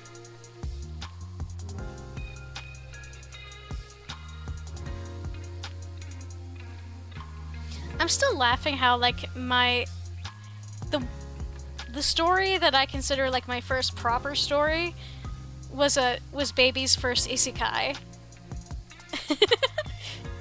And of course, one of the main characters was based on me.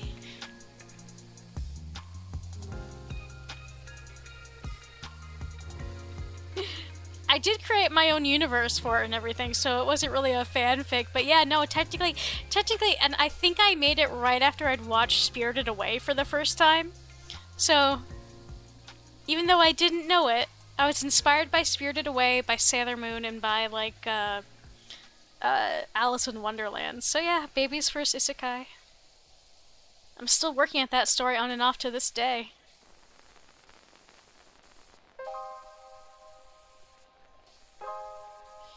It has been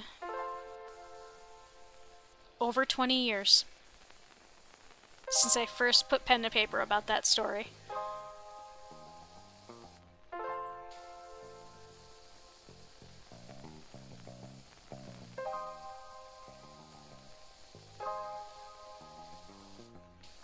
It was called Magic with a K and a question mark. I was so edgy, you guys.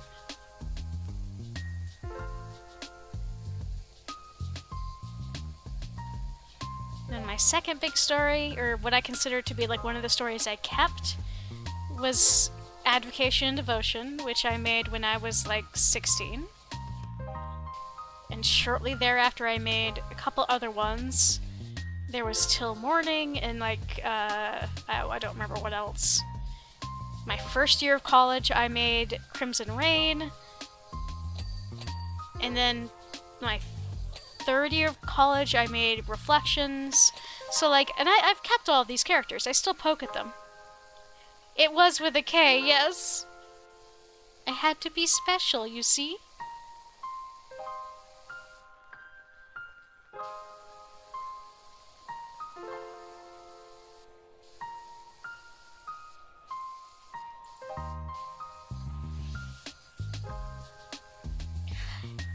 Brian! Hello! Thank you for popping in, bud. I'm glad you could come say hi. I hope you're doing well.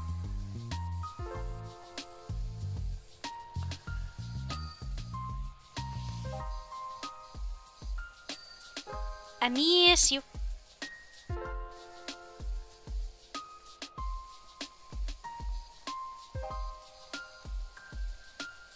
I hope you've been taking care of yourself, my dude.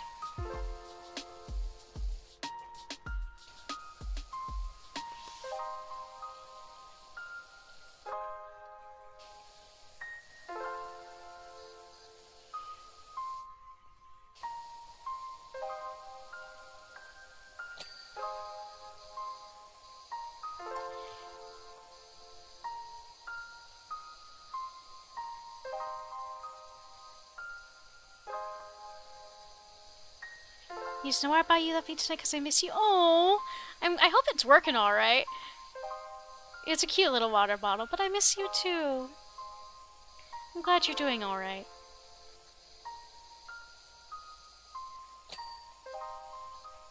Playing the heck out of Shin Megami 5. Hell yeah!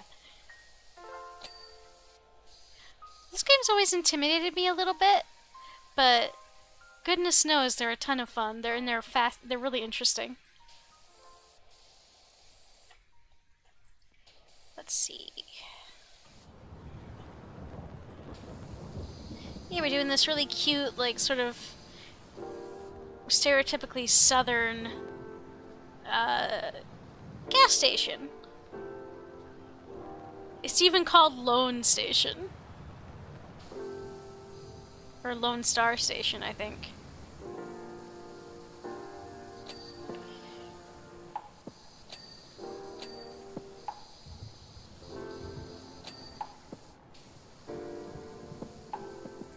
My net is barely working, getting a few seconds before it freezes. Oh, that sucks. I'm sorry, Acer.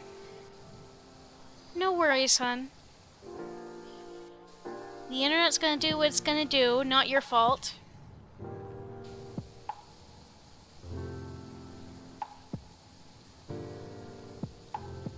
Nothing more frustrating than trying to do something or watch something when the internet sucks, though.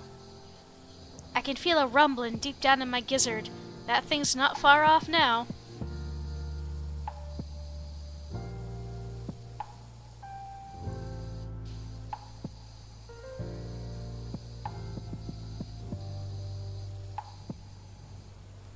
Digging the vibes. I long to be a cactus father. Gonna be popping between playing. No worries. You do what you gonna do. I'm here for folks to chill. I shall channel some of my net energies. I wish I could. Good vibes for Acer's internet is rather what I'm trying to say.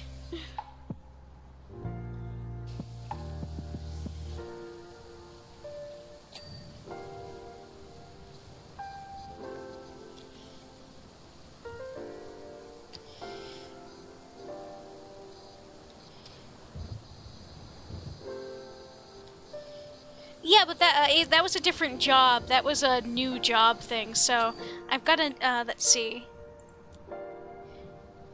Yeah, this mobility.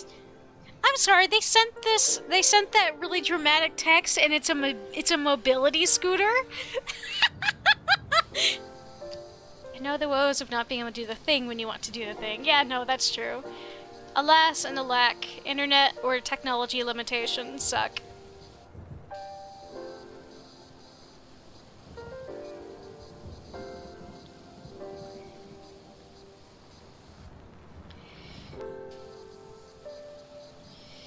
Let's see.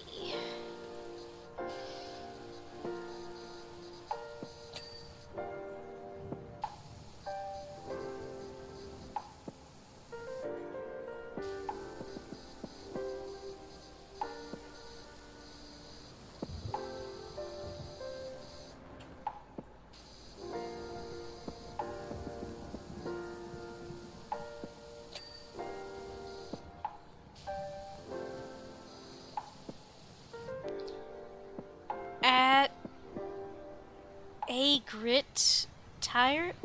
Agra Tires. Tracktastic. Amazing.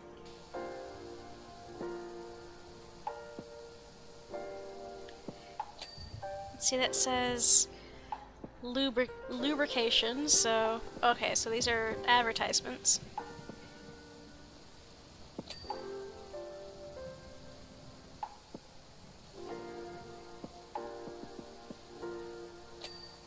What's this say?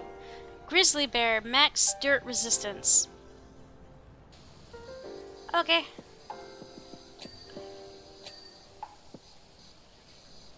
Open always.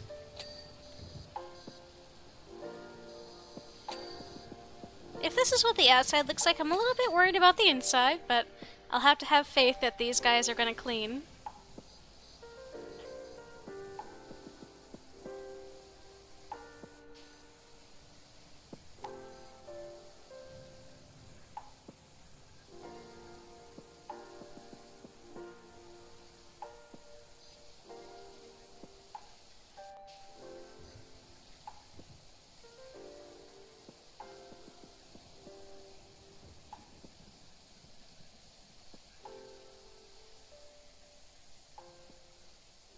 Yeah, we've been discussing, I guess, whether or not my computer and Travis's computer will be able to tolerate and properly run Borderlands 4. So I guess that remains to be seen. I'm not buying it at full price. If anything, I'm just going to get it on sale. There's a bit of time, though. We're not done with Borderlands 3 yet.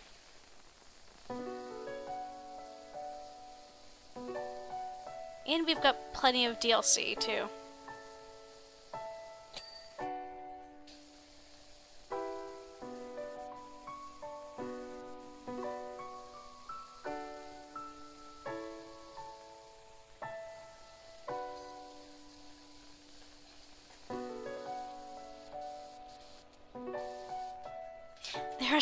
There are face removal privileges.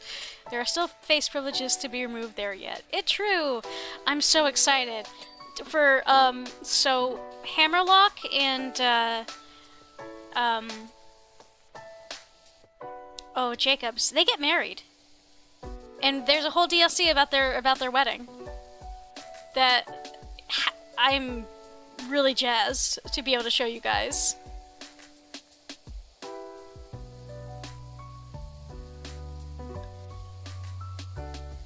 It's very interesting. I think we got through part of it. Actually, no, we just barely started it when we first played this game years ago. But didn't get very far.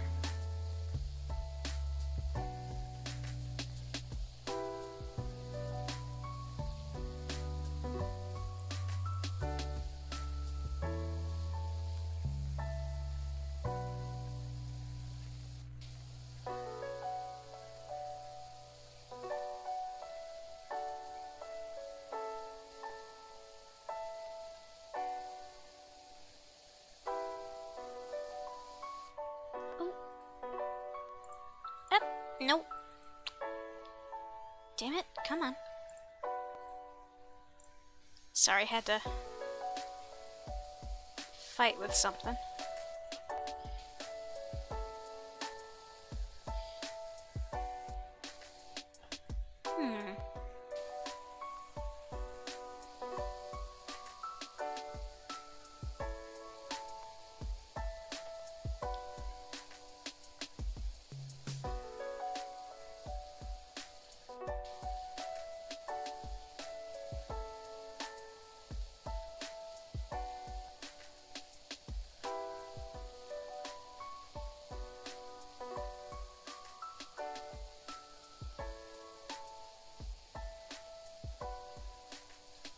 Wedding DLC is like the beach episode.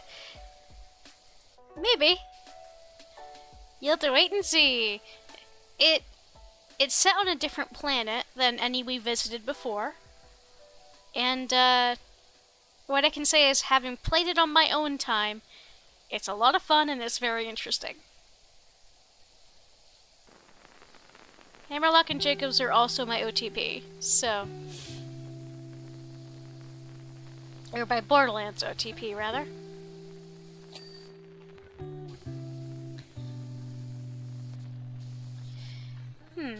Where is the dirt remaining?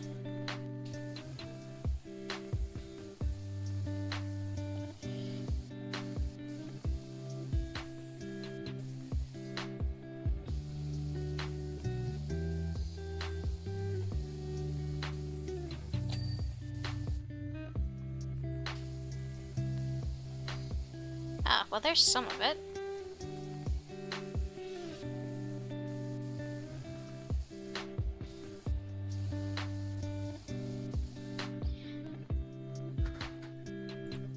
I get the feeling. Was there something under here? Yeah. Okay.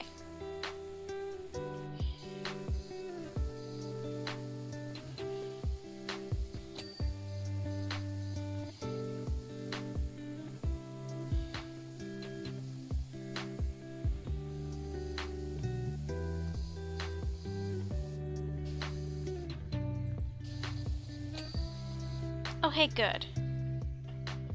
Now, okay, yeah, you're still acting like there's more stuff, but where is it? Well, there we go.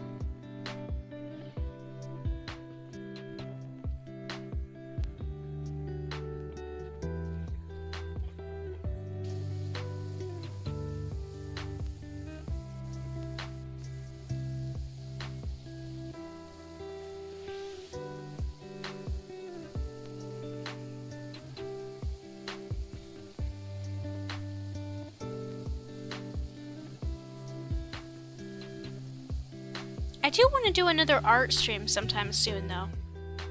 I'm just not sure what to draw during it. I like to have a project lined up for those.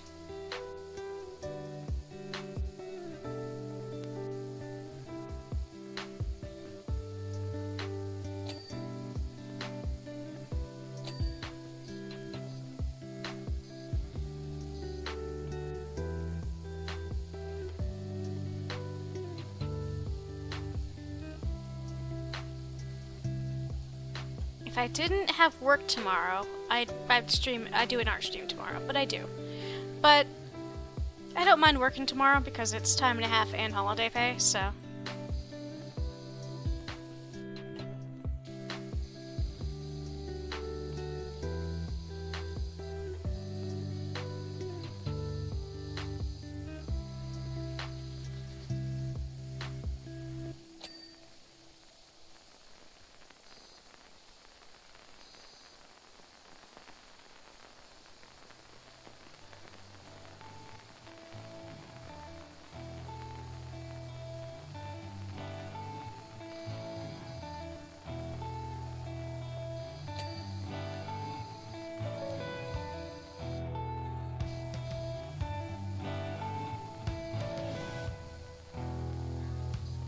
There we go.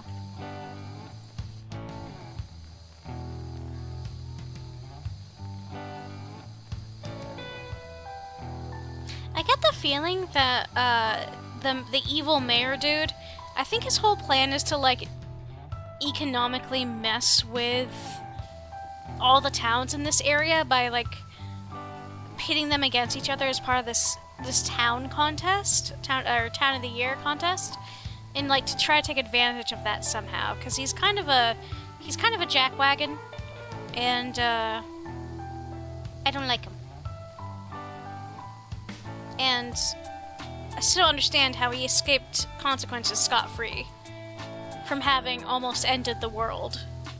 Not that I think most folks know that.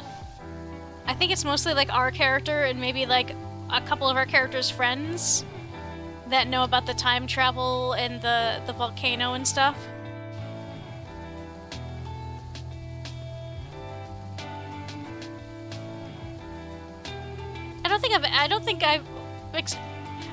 I can't verbally express how much I love that the first PowerWash simulator has such a wild story. Like, it brings me such joy.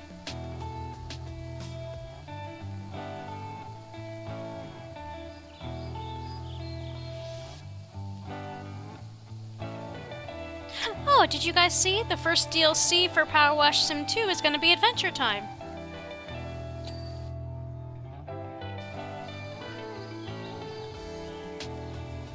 I think that's due out in a couple months.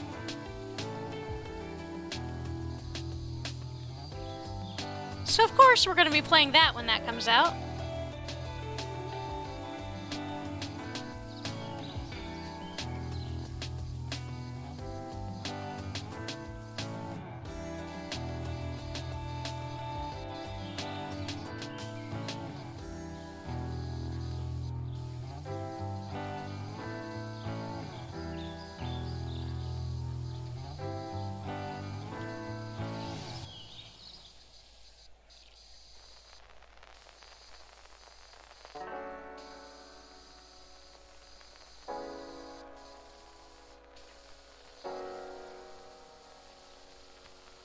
Aww. I appreciate you, Brian.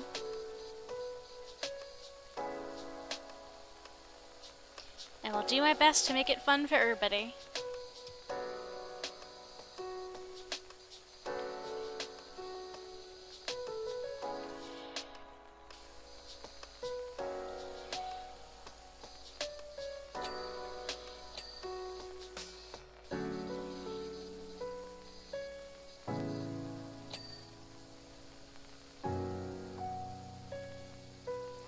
appreciate your face. I hope to see it again sometime soon.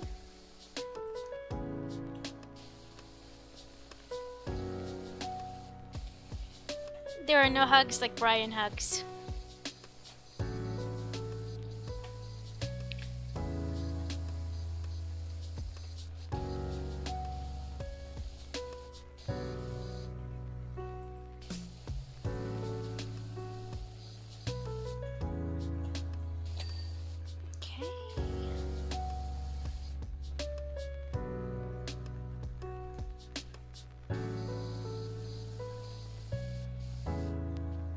See me come, plan on an extended stay. I'm not letting you go this time.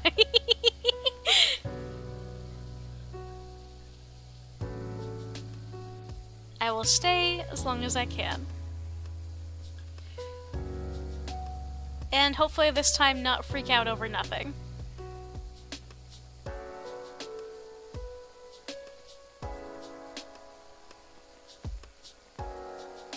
Oh, Brian, did you get the, not that you don't have to answer this on stream. Did you get the desk set up and everything? Is your space comfy? I hope.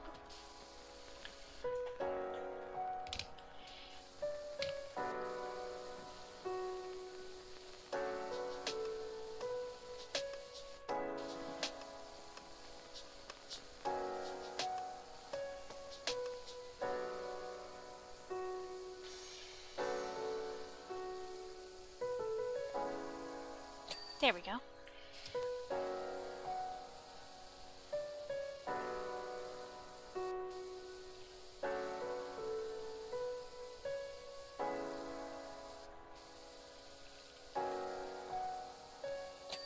There we go.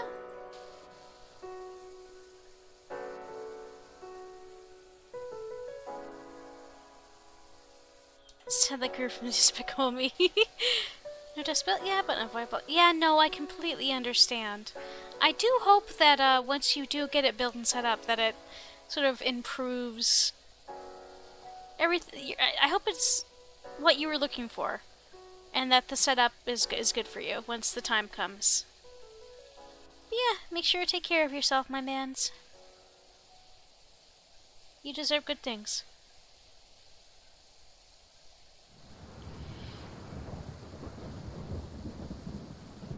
Get more spark to put it up now, though. My coworker Dan's gifting me a white tape. Oh, that'll be cool! Are we thinking a bunch of different colors or like one solid color?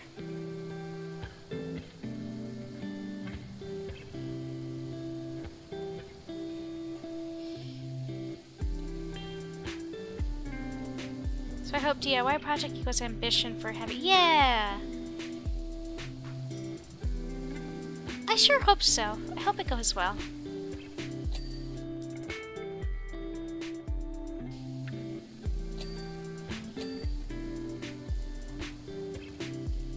Nerding at hardcore, I'm doing Akatsuki clouds. Oh my goodness. I wonder... I bet you could almost make a handmade stencil for those. Like... a couple... like, maybe like 2 or 3 different shapes for like... the base color, and then you can hand paint the trim, the red trim, to make it a little easier for you.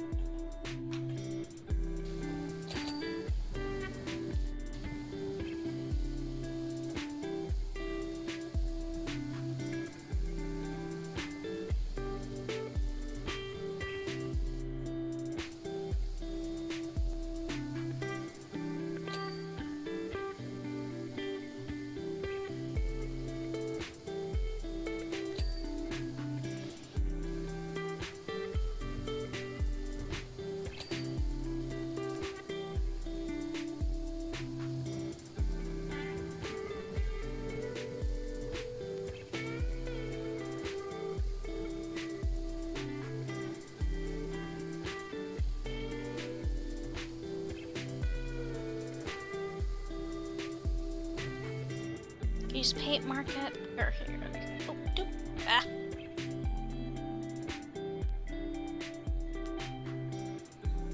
You can use paint markers for bold black outlines. I'm gonna pop out a reference photo. My coworker John wants to help in getting supplies for it. I think that'll be great.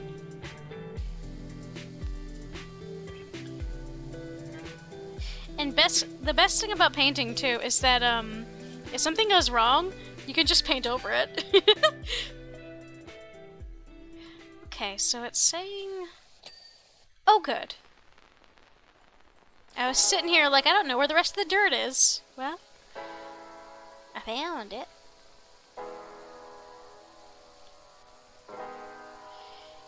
Wait, what am I... Oh, so this is what the owner of this place meant when they said that their son is up here a lot. Apparently chilling out with a gnome and a radio. Oh, I think this I think this ad's about to pop. I'm sorry. I meant to... Oh, never mind. It's already got 4 minutes. Still got 4 minutes. I'm nowhere near as nervous because of that. Yeah! Like, crafts where there's not much space for error stress me out. Which is why I really haven't gotten into, like... There's a lot of crafts I want to get into, but have been hesitant to do so because of lack of space. There's a potential change in my life coming up towards the last quarter, third or fourth quarter of this year. That might mean I have more space. We'll see, though. Everything's still up in the air. Oh, I guess the big one's a no-show. You must think I'm a right one. That thing's out there, though. You mark my words.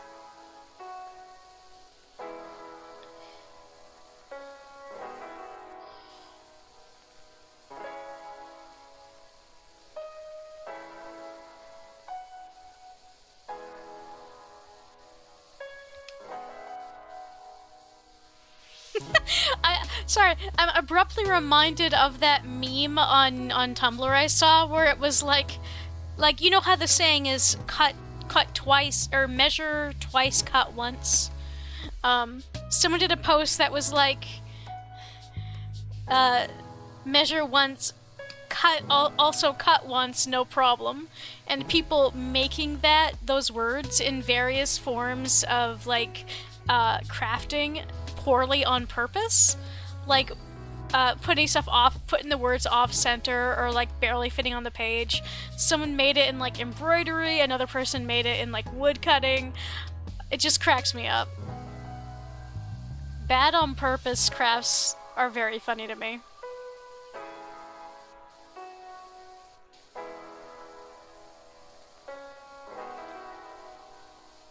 The shit posters of the craft world. Oh, by the way, not that I think my audience are the folks to do this, but and now the trend is basically over now anyway. But you know that fractal wood like thing where people were like jury rigging machines to like burn a fractal pattern into wood? Don't do that. It has an incredibly high death rate for people who have done that. Do not do fractal wood burning. Do not let your family members do fractal wood burning. There's multiple movies and videos and studies on about like the incredibly high fatality rate for fractal wood burning.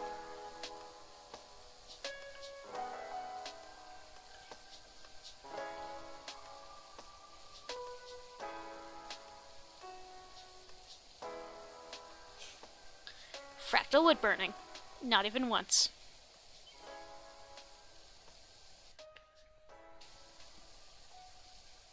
Actually, I think I'm gonna snooze this ad, shall we? Because I think I'm gonna be done with this shortly.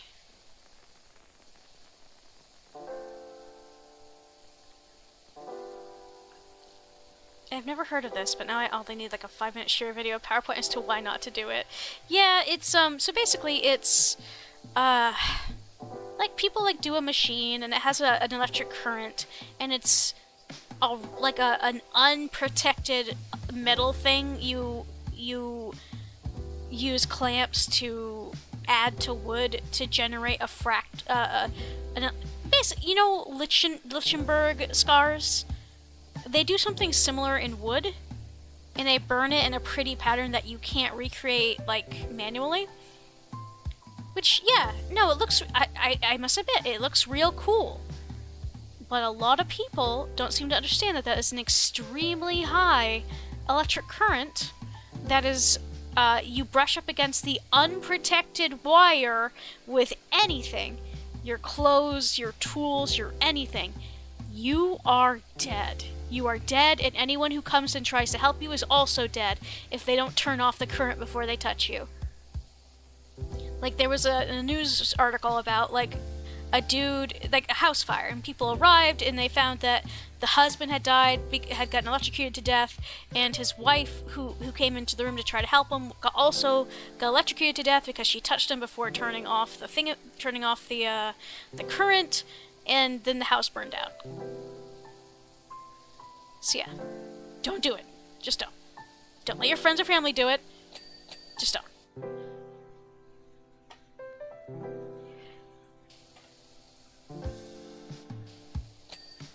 Okay, so what else am I missing, I wonder? Bathroom door, bathroom, okay. Seems like I'm just missing, oh, this whole wall. I'm missing this whole wall is what I'm missing.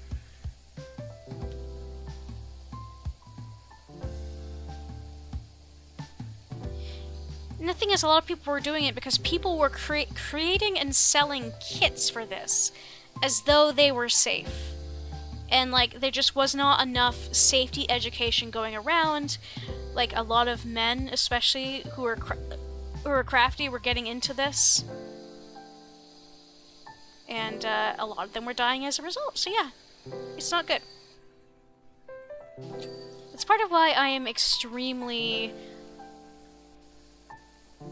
This whole incident, everything that happened with the fractal stuff, it made me severely mistrusting of, basically any new crafting stuff. I'm always like, yeah, let's wait and see what happens before anybody I know tries this, please. And most of the time, I'm being overly cautious. But sometimes.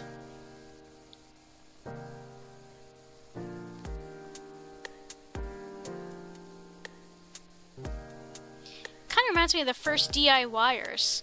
Like, do-it-yourself stuff. I forget if it was the 60s or 70s.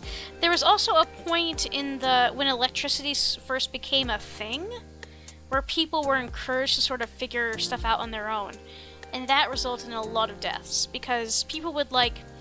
This was before we even knew what good insulation materials were.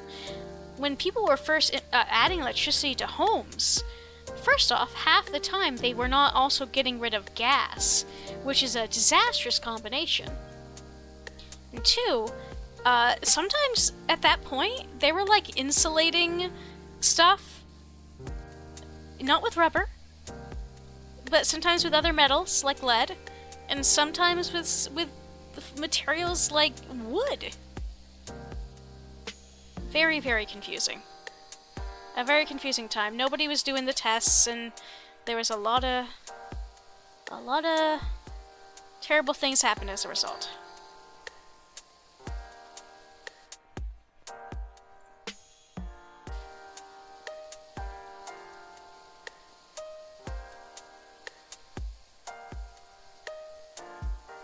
As part of applying for this new position at work, somebody did a fucking AI evaluation of me.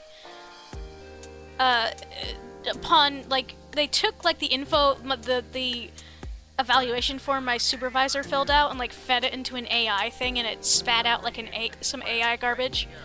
And some of the stuff, it said along the lines of, is not willing to, well, is deeply, Yeah, I'm not a big fan of what my company's been, how hard my company's been pushing AI nonsense on the back end. We don't have any AI customer-facing stuff yet, but it's like internally they're forcing us to use it, and I hate it. But let's see, forecourt cow horns, can it be signed? Oh, but what I was trying to say is,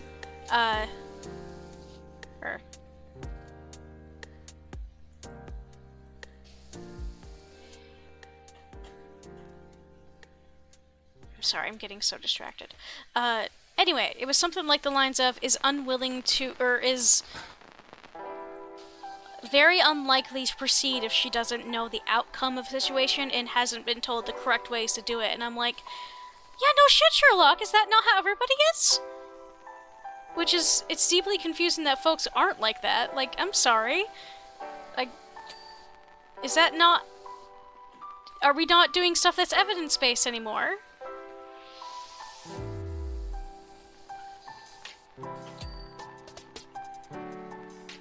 I'm not gonna lie, I was offended by the fact that, first off, that they were evaluating me with AI, and second off, that they were making it sound like me wanting to know the correct procedure with proven results was a bad thing. I'm like, you guys, you've got some weird priorities.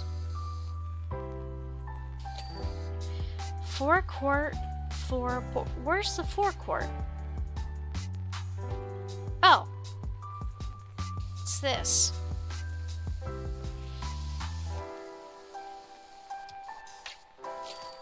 Okay.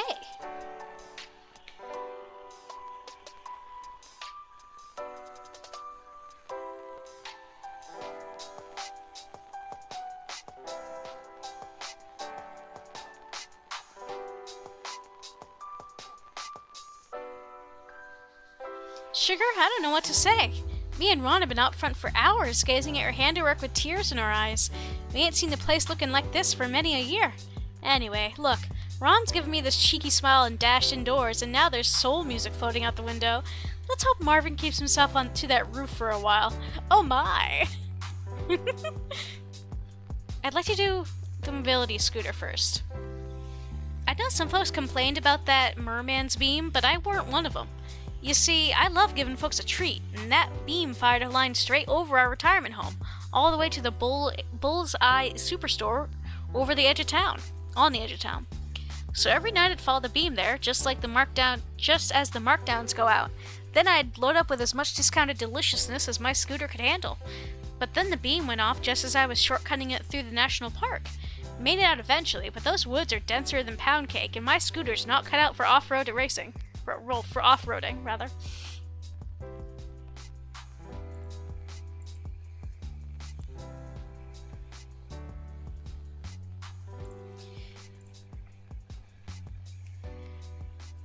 Alright. Oh, that's right, my children. You guys are all right here. Hello, babies.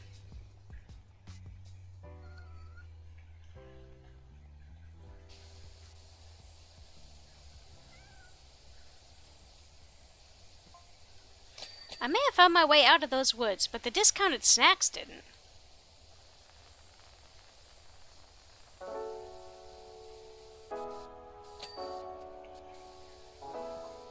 To clarify, it wasn't panic eating.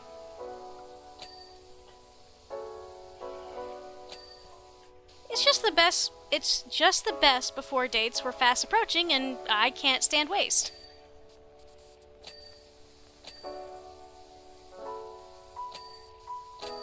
I'm sorry, dude, that's panic eating.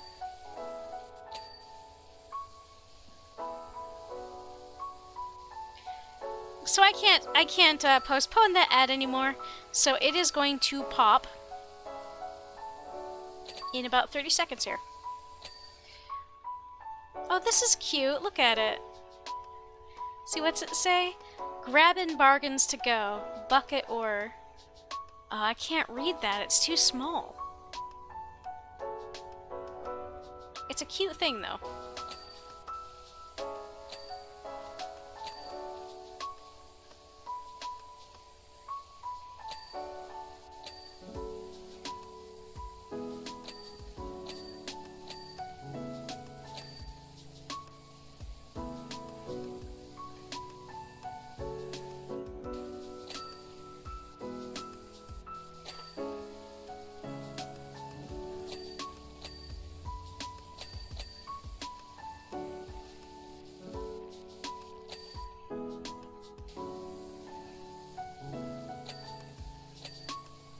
else is missing?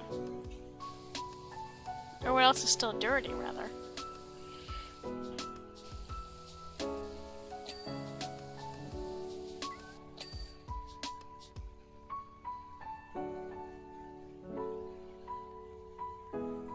Okay, one of the armrests is still dirty, apparently.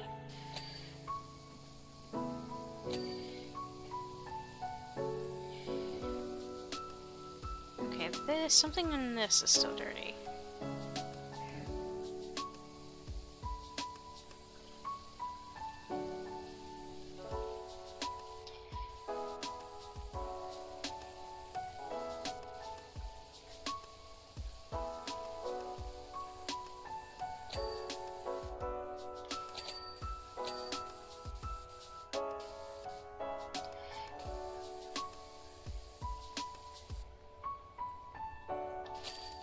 Alright.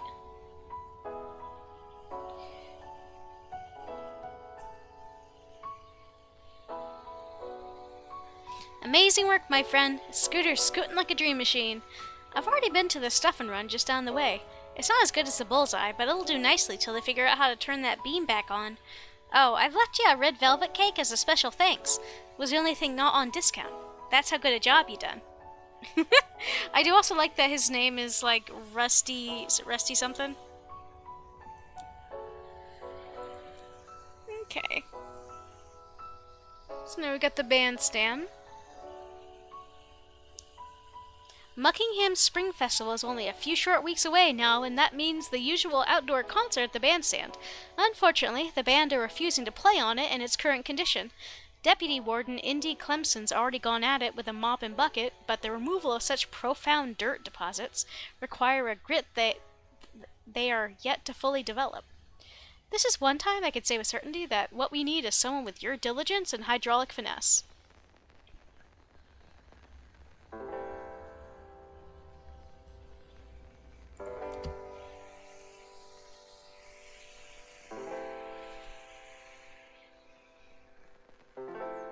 I'd love to... I know I say this like every single stream, but I can't wait until they implement the thing they had in the first game that shows you what the dirt is that you're looking at. Like if it's mold or mud or... I like knowing that.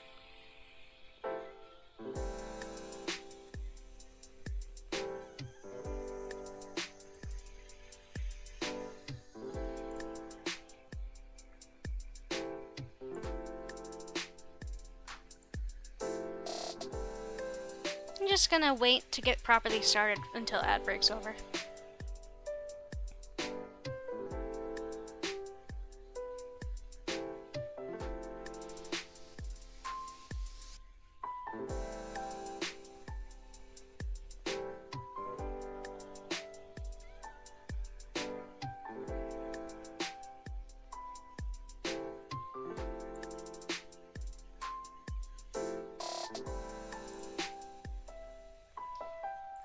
Alright guys, welcome back.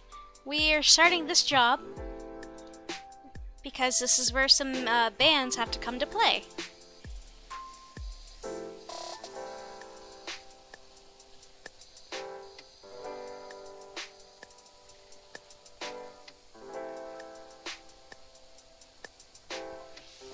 Now, I imagine you're wondering how in the name of Herbert Heck our bandstand got in such a sorry state. Well, seeing as how you've been too busy to stop by lately, I'll tell you.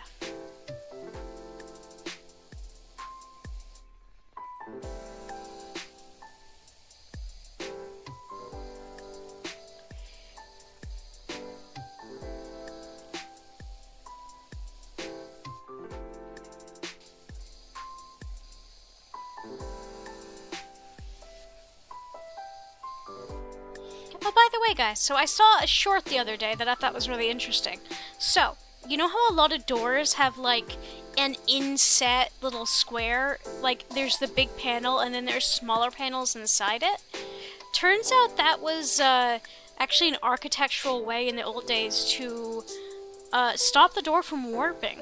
Because the outside of the square would be, like, you know, closely attached to each other, but the bigger flat piece inside the square would sort of be almost free floating to allow it space to expand and contract as the year goes by without warping the rest of the door.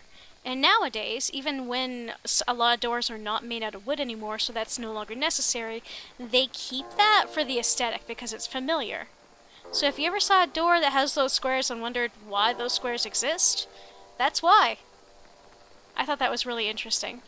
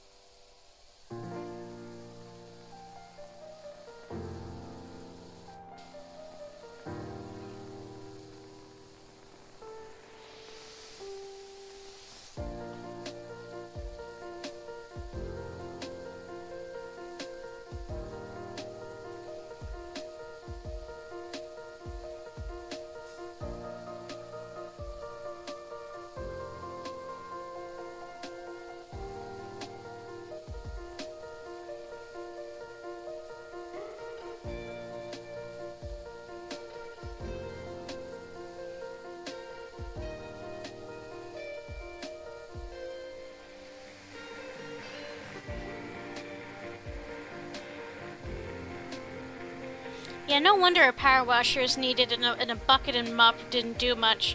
This stuff is like built in or like ground into everything.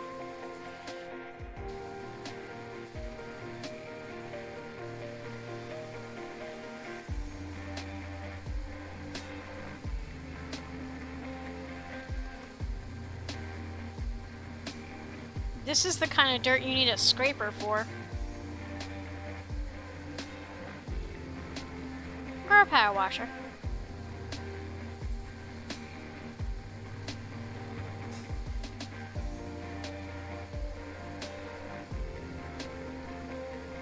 On nights where my brain is too scrambled to like picture stories to help me fall asleep, I will actually picture power washing instead. Because like counting sheep, that has never worked for me. But either one of those two approaches helps me fall asleep.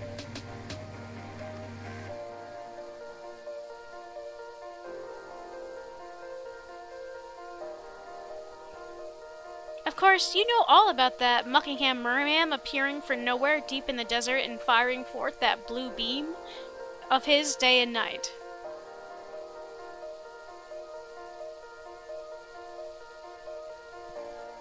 But what you might not know is that this bandstand became a pulpit for every tin pot gas bag wanting to give their warm bake on where it might come from or what it might all mean.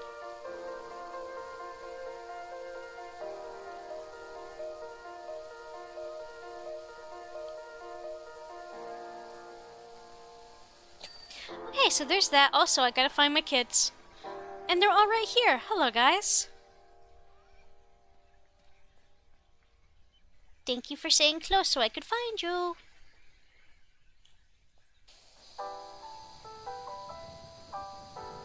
Liftoff of mission 41D, the first flight of the orbital Discovery, and the shuttle has cleared the tower.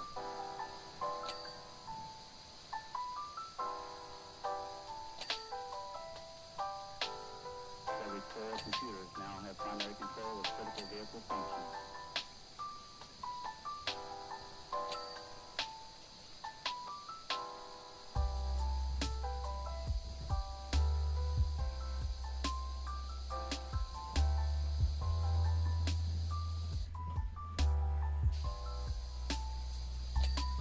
There we go.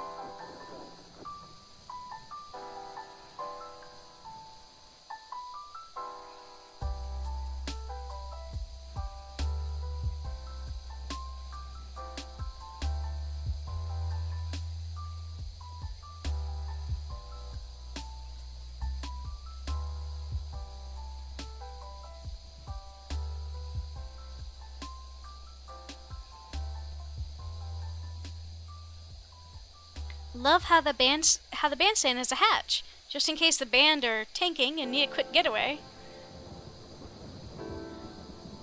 Harper, you too funny. Although I think the hatch is to store stuff, right? Usually in bandstands, like, isn't it to, or is it, it's to, like, protect, like, electrical connections and stuff?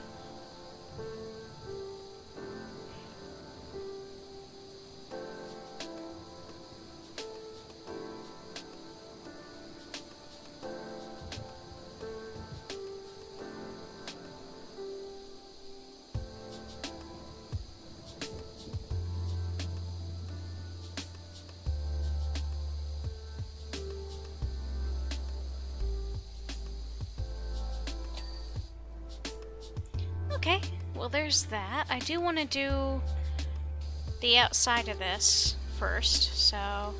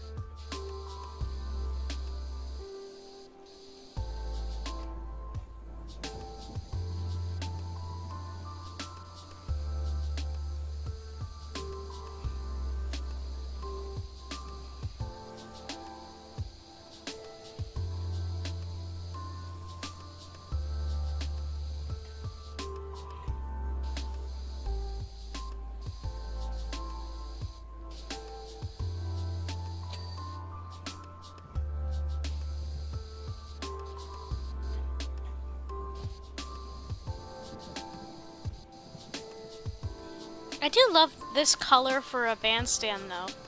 It's such a nice green.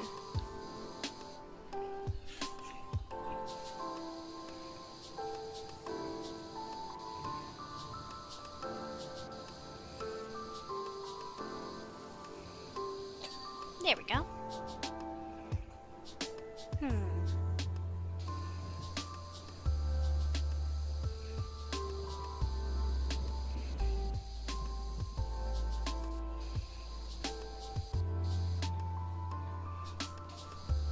I guess they have a point, mind you.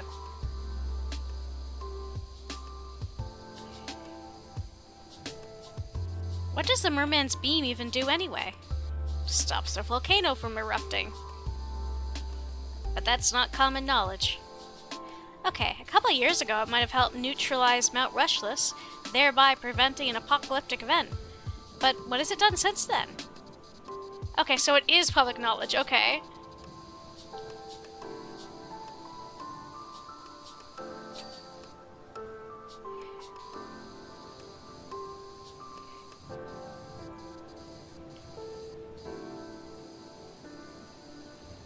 I mean, the point is moot now anyway. Somebody stole the gems, so it doesn't do the thing anymore. Which is concerning at best.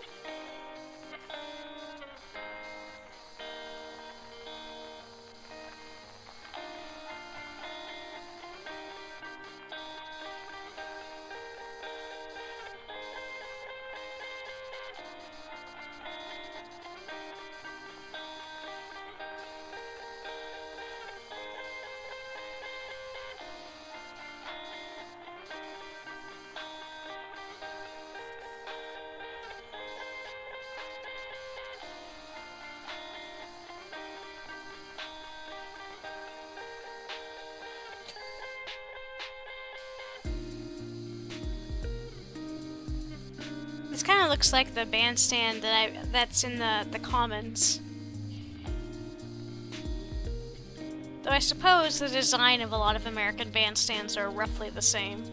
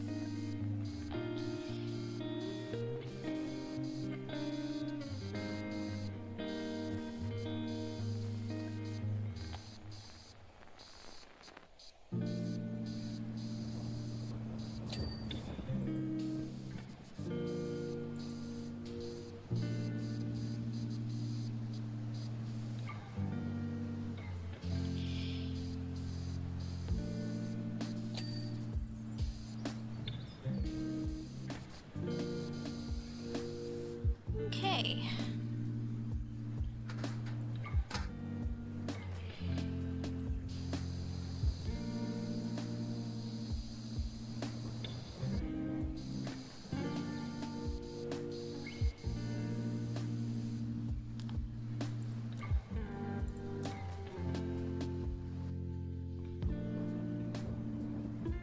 The one I'm using right now is this guy, so...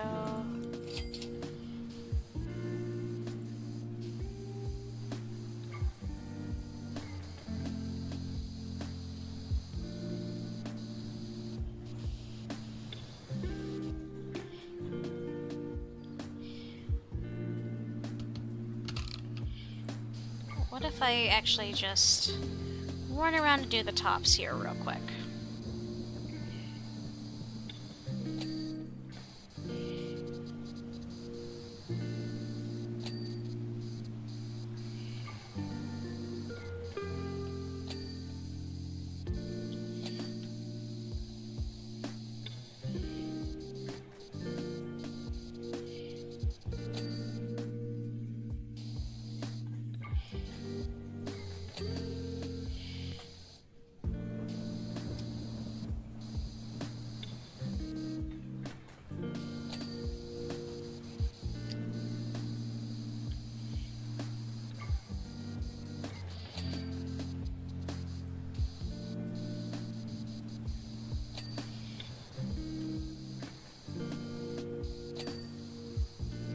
Oh wait.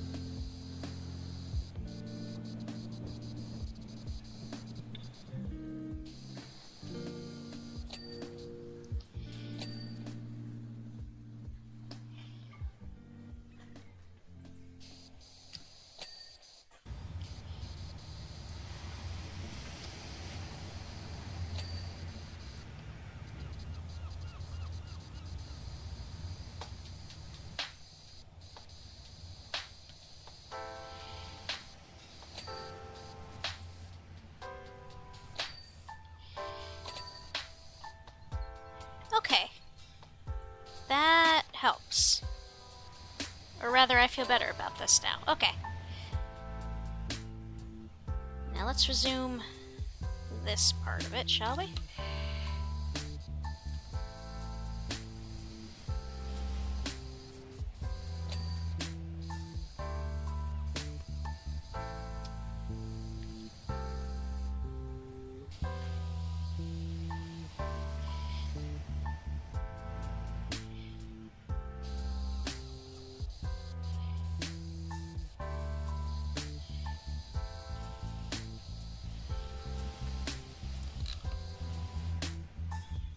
Here, let me...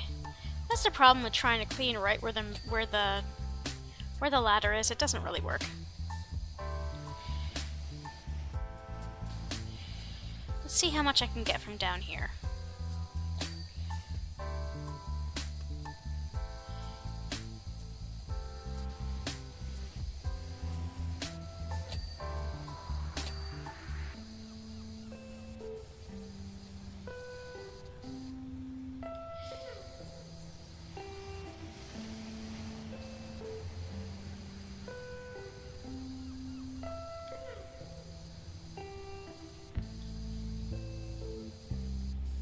This music reminds me of did any of you ever listen to God is an Astronaut?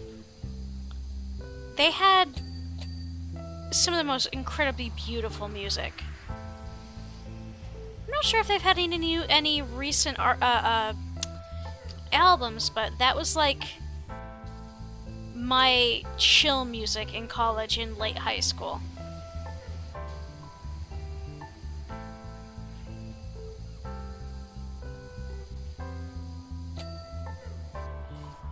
It was sort of, I think it was, there was a special word for it back then, the type of genre they did. Here, I need to Google it.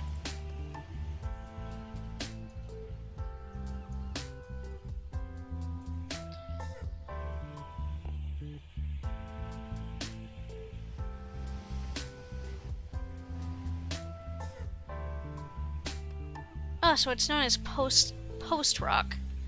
So like space rock, almost. As in rock the music, not rock. The item.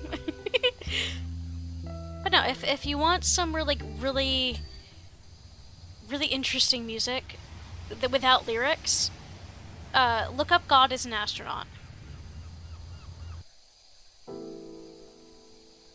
I bring it up because something about some of the more recent songs that we're listening to in the background reminded me of them. I don't want to play them on stream because they're obviously copyrighted, but yeah.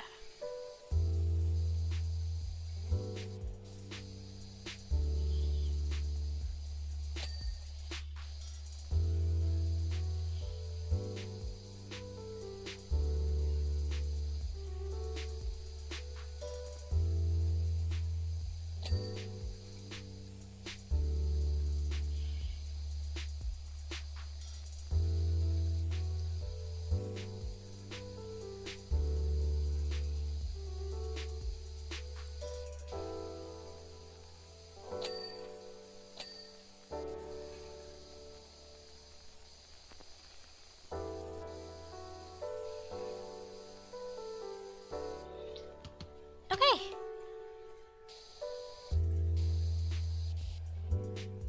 Well, let's get up here and do the roof.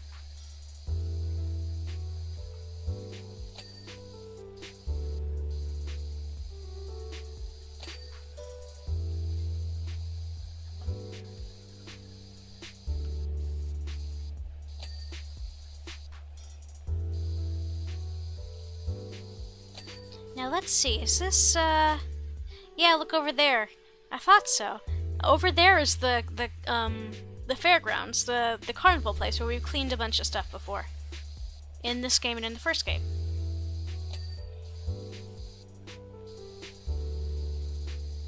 And then if I remember correctly, in this same park, though it's not visible from here, this is the same park, I'm pretty sure, that has some of the optional jobs from the first game, including the big old fountain.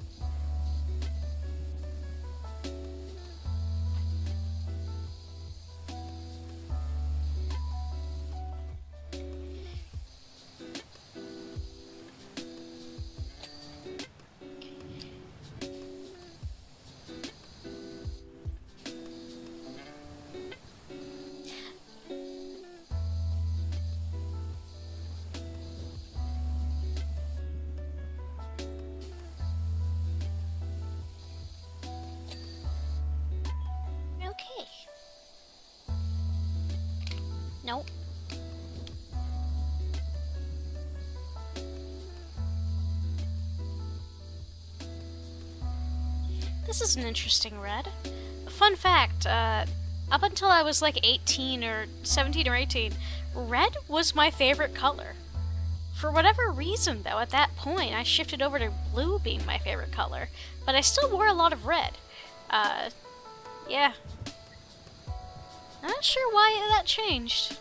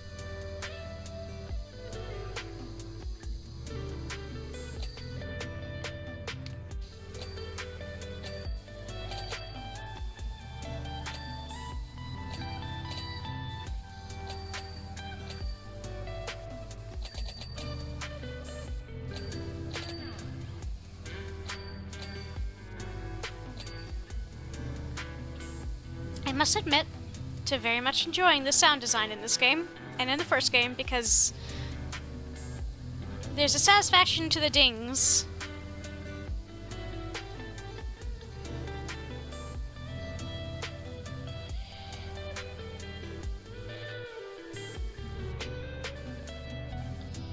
Is this a flower?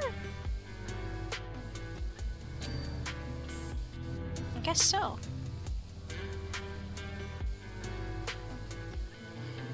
Can't really tell what kind, though.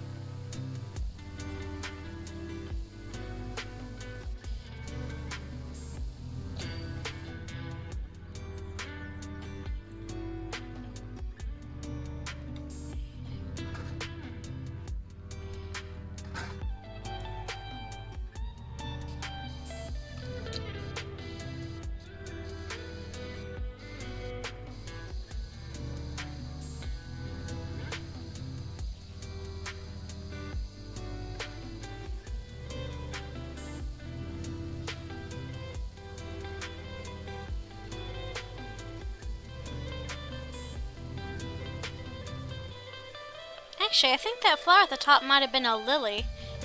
The colors and everything, it would kind of track with the theming.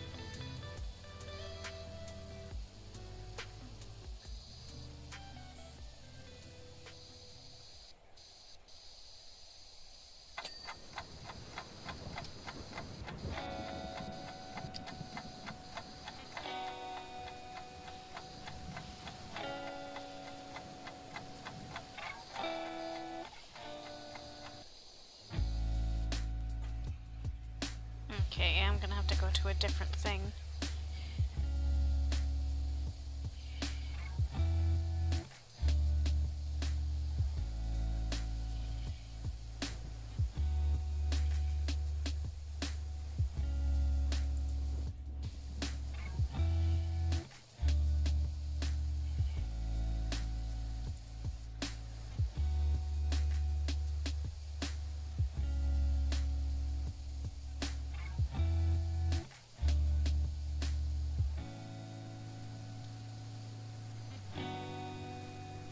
Here, let me see.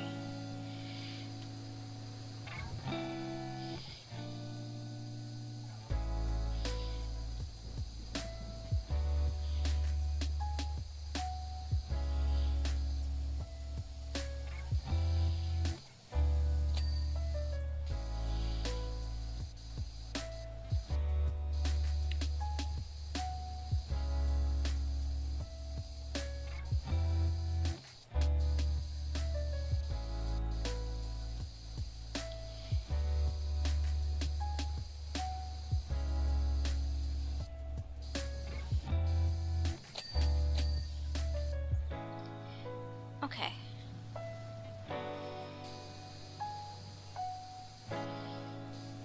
Here, let's scoot this over.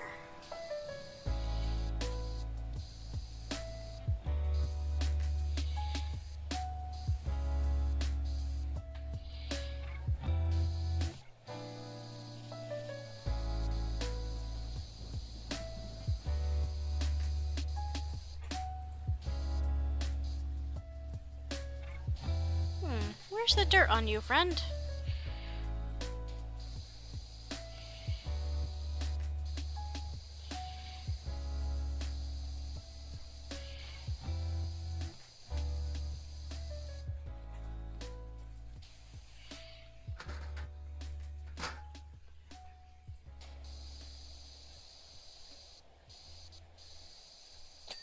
Ah, is that also part of the arch?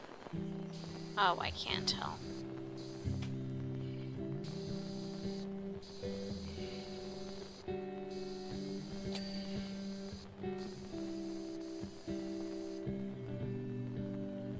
Okay.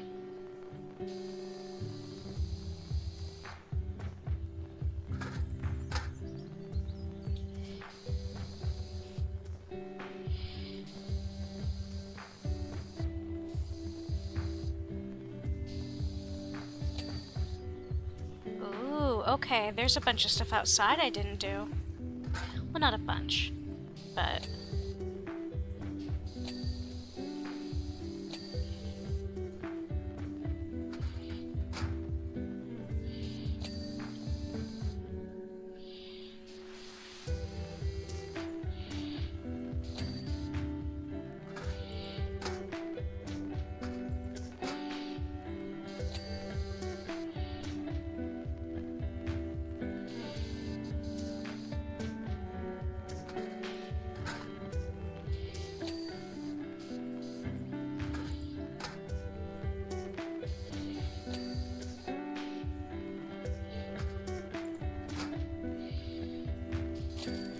Oh, hey! PowerWash Services, on behalf of the Barclay Street Residents Committee, I'd like to commission you to clean the eyesore, which is number 48. Camilla Jackson. It looks like a pretty house.